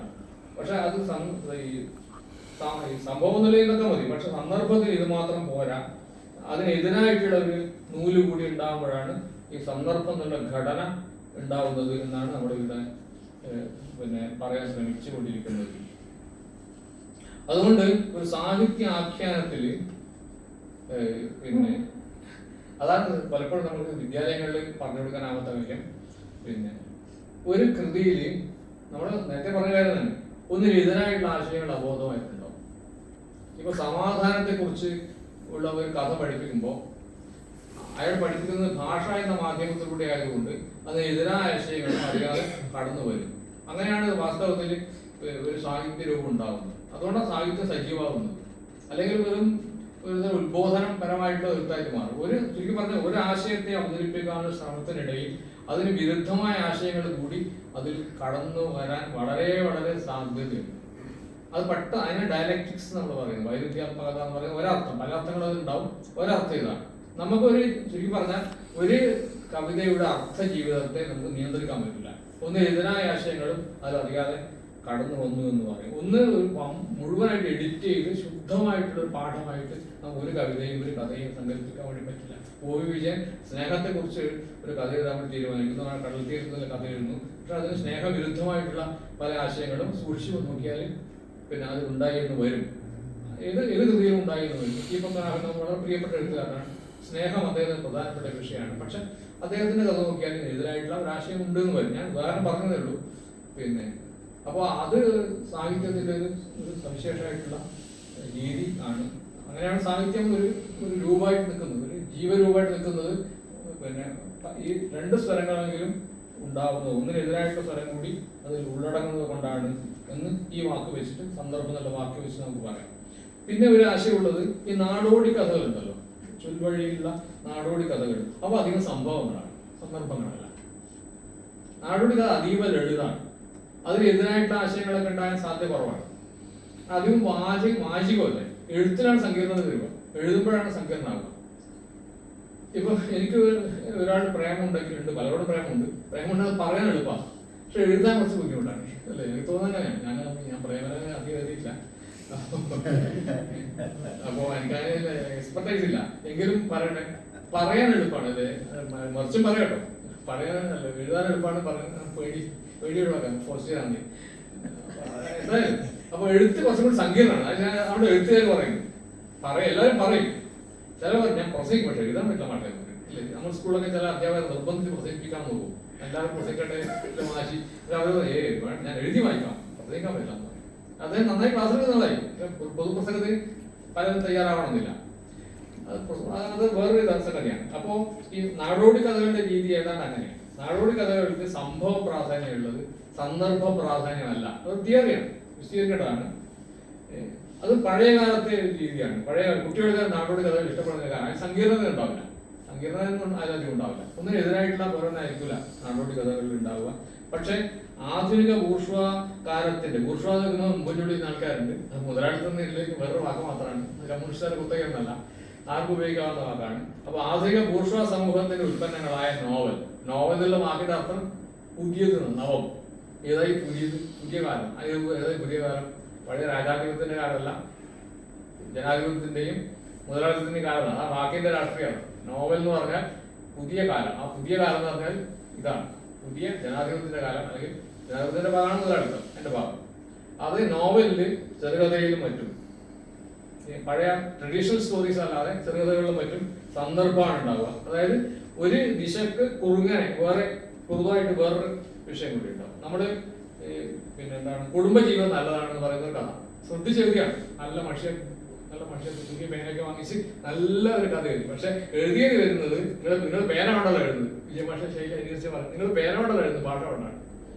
രണ്ടല്ലേ, പേന കൊണ്ടല്ല നിങ്ങൾ എഴുതുന്നത്, നമ്മൾ എഴുതുന്നത് ഭാഷ കൊണ്ടാണ്. പേന നിങ്ങളുടെ നിയന്ത്രണത്തിലാണ്, പക്ഷെ ഭാഷ നിങ്ങളുടെ നിയന്ത്രണത്തിലല്ല. അപ്പൊ നിങ്ങൾ അറിയാതെ നിങ്ങളുടെ ഉദ്ദേശത്തിന് എതിരായ ആശയങ്ങൾ കൂടി അറിയാതെ കടന്നു വരും. അതാണ് പേനയും ഭാഷയും തമ്മിലുള്ള വ്യത്യാസം. ഞാൻ വിജയമാഷ അനുകരിച്ച് പറഞ്ഞാണ്, ഭാഷ അങ്ങനെയാണ് പറയാം. അപ്പോ പിന്നെ ഭാഷ വാക്യല്ല, ഭാഷ ശൈലി അനുകരിക്കാൻ നോക്കിയത്, അവിരുദ്ധമായി അനുകരിക്കാൻ നോക്കിയത്. അപ്പോ ഈ നമ്മുടെ നാടോടി കഥകളിൽ സംഭവ പ്രധാനമാണ്. പക്ഷെ ആധുനിക കൃതികളായിട്ടുള്ള നോവലും ചെറുകഥയും പറ്റും, അത് പുതിയ കാലത്തുണ്ടായതാണ്. അത് അതിദീർഘമായ ചരിത്രമില്ല. നാടോടി കഥ എപ്പോൾ തുടങ്ങി നമുക്ക് കണ്ടുപിടിക്കാൻ പറ്റില്ല. ഭാഷയുടെ കാലത്ത് എന്തുണ്ടാവും, എഴുത്തില്ല ഇതിനു മുമ്പേ ഉണ്ടാവും, അല്ലെ? എഴുത്തു പരമൊഴി ഉണ്ടാവുന്നതിന് മുമ്പേ നാടോടി കഥ ഉണ്ടാവില്ലേ? അപ്പോ ഒരു പുതിയ കാലത്തിന്റെ ഉൽപ്പന്നങ്ങളാണ് ഈ നോവലും ചെറുകഥയും പറ്റും. അതിൽ ഒരു ദിശക്ക് വിലങ്ങനെ വേറെ തന്നെ ദിശകൾ ഉണ്ടാവുകയും അങ്ങനെ സംഘർഷം ഉണ്ടാവുകയും ചെയ്യും. അതുകൊണ്ട് അവ സംഭവങ്ങളുടെ കൃതികളല്ല, സന്ദർഭത്തിന്റെ കൃതികളാണ് എന്ന് സാഹിത്യ വിമർശനത്തിന്റെ ശൈലിയിൽ നമുക്ക് പറഞ്ഞു നോക്കാവുന്നതാണ്. നമുക്ക് അവസാനിപ്പിക്കാൻ തോന്നുന്നു. അപ്പോ ഞാൻ വളരെ അടുക്കും ചിട്ടയോടും കൂടി പറയാൻ ഉദ്ദേശിച്ചാന്ന് അങ്ങനെ പറയാനാവുന്നില്ല. കാരണം ഇതാണ് അതിന്റെ രീതി. നമ്മളൊരു പങ്കാളിത്തം അല്ലേ, അടുക്കും ചിട്ടയോട് പറഞ്ഞാൽ അത് പക്ഷെ അടുക്കും ചിട്ട ആവശ്യമില്ല. നമ്മൾ ചിന്തിക്കുന്ന ആളുകളായതുകൊണ്ട് അടുക്കും ചിട്ട ആവശ്യമില്ല. അതൊരു അടുക്കും ചിട്ട എന്ന് പറഞ്ഞാൽ നിർബന്ധം എന്നർത്ഥം. അത് ചില കാര്യങ്ങൾ ഞാൻ പറയാൻ നിശ്ചയിച്ചു, അത് വളരെ അടുക്കും ചിട്ടയോടുകൂടി. ഇപ്പൊ ഈ മാനേജീരിയൽ കോഴ്സുകളുണ്ടാവും, പുതിയ അവരെല്ലാം എല്ലാം അടുക്കി ആളൊന്നും സംശയത്തിന് ഇല്ല. പക്ഷെ നമ്മൾ ധാരാളം പ്രതികരണങ്ങളും അല്ലെങ്കിൽ ഇപ്പോഴും ഇരുന്ന് വീക്കണമെന്നല്ല, സംശയങ്ങളും അല്ലാതെ വിയോജിപ്പുകളൊക്കെ ഉണ്ടാകുന്ന രീതിയിലാണ് ഒരു ടോപ്പ് വേണ്ട. ഞാൻ അതിലൊക്കെയാണ് ഇത് പ്ലാൻ ചെയ്തത്. അപ്പൊ ചുരുക്കി പറഞ്ഞാൽ ഇങ്ങനെ പറയാം, സംഭവം എന്ന വാക്കിനേക്കാൾ പിന്നെ പ്രധാനപ്പെട്ട ജനാധിപത്യപരമായ മൂല്യമുള്ള ഒരു വാക്കാണ് സന്ദർഭം എന്ന വാക്ക്. അതിൽ നമ്മൾ ആവർത്തിച്ച് പറയാൻ ശ്രമിച്ച പോലെ അതിൽ പല പല കാര്യങ്ങളും അടങ്ങിയിട്ടുണ്ട്. സന്ദർഭം എന്നുള്ളതിൽ നാടോടി കഥകൾ ഇപ്പൊ പറഞ്ഞ പോലെ സംഭവത്തിന്റെ ലോകമാണ്. പക്ഷെ പുതിയ എഴുത്തുകളിൽ നാടോടി കഥ സംഭവത്തിന്റെ ലോകവും പുതിയ എഴുത്തുകളിൽ സന്ദർഭത്തിന്റെ ലോകമാണ്. അവിടെ നമുക്ക് രണ്ടും ഒരേ അർത്ഥത്തിൽ പറയുന്ന ആളുകൾ ഉണ്ടാവും, പക്ഷെ രണ്ടാണ്. നമുക്ക് അഭിമാനിക്കാം. ഈ സന്ദർഭം എന്ന് പറയുമ്പോൾ അതിലൊരു ഇക്കോളജി ഉണ്ട്. അത് ദർഭപുല്ലിന്റെ ഓർമ്മയാണ്. അപ്പോൾ പല പുല്ലുകളും ചേർത്തിട്ട് നമ്മളൊരു പായ ഉണ്ടാക്കുന്ന പോലെ, അല്ലെങ്കിൽ ചൂലുണ്ടാക്കുന്ന പോലെ, അല്ലെങ്കിൽ തടുക്കുണ്ടാക്കുന്ന പോലെ ആണ് നമ്മൾ കൃതികൾ ഉണ്ടാക്കുന്നത്. നമ്മളത് തോർത്തു നോക്കും. നമ്മൾ ഇന്ന് കുളിക്കുന്ന നല്ല സാധാരണ നാടൻ തോർത്ത് വെച്ചാൽ നാടൻ തോർത്ത് വെച്ചാൽ അതിൽ ദർശനം ഒന്നിനെതിരെ മറ്റൊന്നുമില്ല. അങ്ങനെയാണ് തോർത്ത് നല്ലൊരു സാഹിത്യത്തിന്റെ ഒരു ദൃശ്യമാണ്.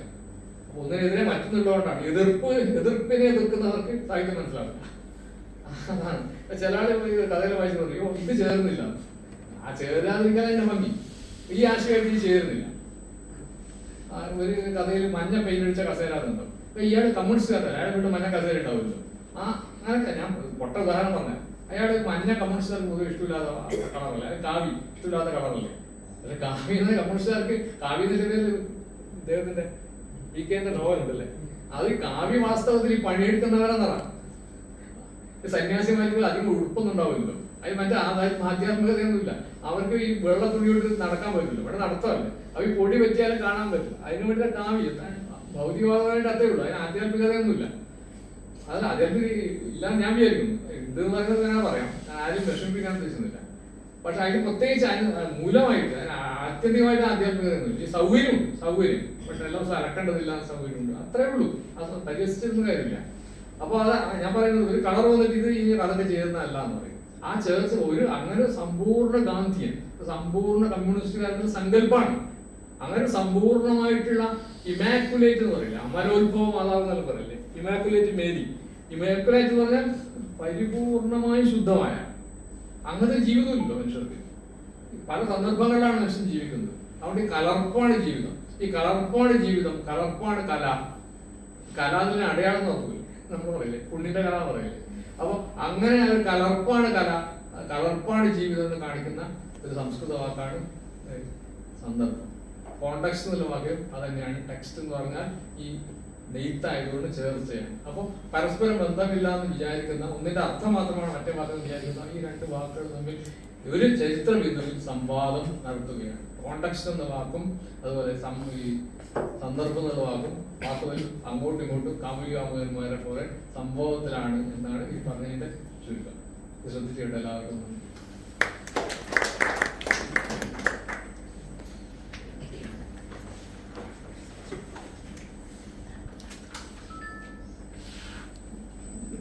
വാക്കുകളെ പറ്റിയിട്ട് വളരെ വിശദമായി നമ്മുടെ പ്രമുഖ പ്രഭാഷകൻ സംസാരിച്ചു കഴിഞ്ഞു.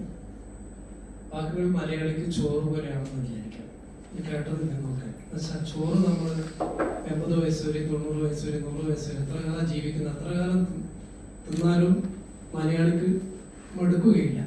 ചോറ് തന്നെ തിന്നുകൊണ്ടിരിക്കും. അതുപോലെ വാക്കുകൾ മാനവരാശി മടുക്കാറില്ല. വാക്കുകൾ പറഞ്ഞിട്ട് മാത്രമേ നമുക്കൊരു സാമൂഹ്യ ജീവിതം സാധ്യമാവുകയുള്ളൂ. അതുപോലെ തന്നെയാണ് രാജഗോപാൽ മാഷയുടെ വാക്കുകൾ. നമുക്ക് വാക്കുകളെ ഉൾക്കൊള്ളാനാകുന്നവർക്ക് എത്ര കേട്ടാലും അദ്ദേഹത്തിൻ്റെ വാക്കുകൾ മടുക്കാറില്ല. ഏതായാലും ഈ വാക്കുകളുടെ വിനിമയത്തെ പറ്റി വാക്കുകൾ കൊണ്ട് കവിതകൾ കെട്ടിയുണ്ടാക്കുന്ന നിശാമുഖം ഉപസംഹരിച്ച് സംസാരിക്കും.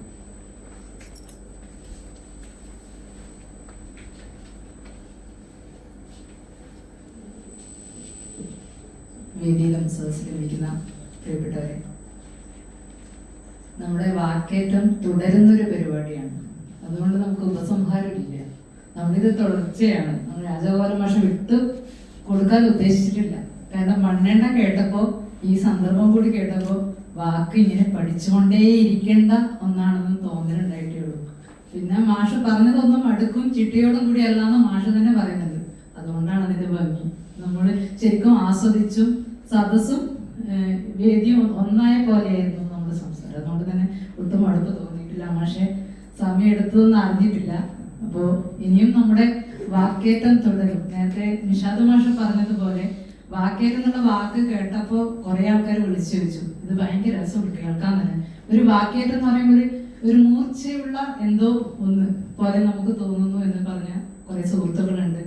അപ്പോൾ ഒരിക്കലല്ലെങ്കിൽ മറ്റൊരിക്കൽ അവർ തീർച്ചയായിട്ടും ഇതുപോലെ നമ്മുടെ വാക്കേറ്റവുമായി കൂടിച്ചേർന്ന് വരും. അപ്പോൾ നമ്മുടെ സൈക്കിൾ യാത്ര തുടരുകയാണ്. ഇടക്കൊന്ന് നിന്നു പോയെങ്കിൽ ക്രിയേറ്റീവ് സൈക്കിൾ സജീവമായി ഇനി മുന്നോട്ട് പോവുകയാണ്. പുതിയ വാക്കുമായി അടുത്ത മാസം നമ്മൾ കൂടിച്ചേരും. ഇന്നിവിടെ എത്തിച്ചേർന്ന എല്ലാവർക്കും നന്ദി പറഞ്ഞുകൊണ്ട് നിർത്തുന്നു.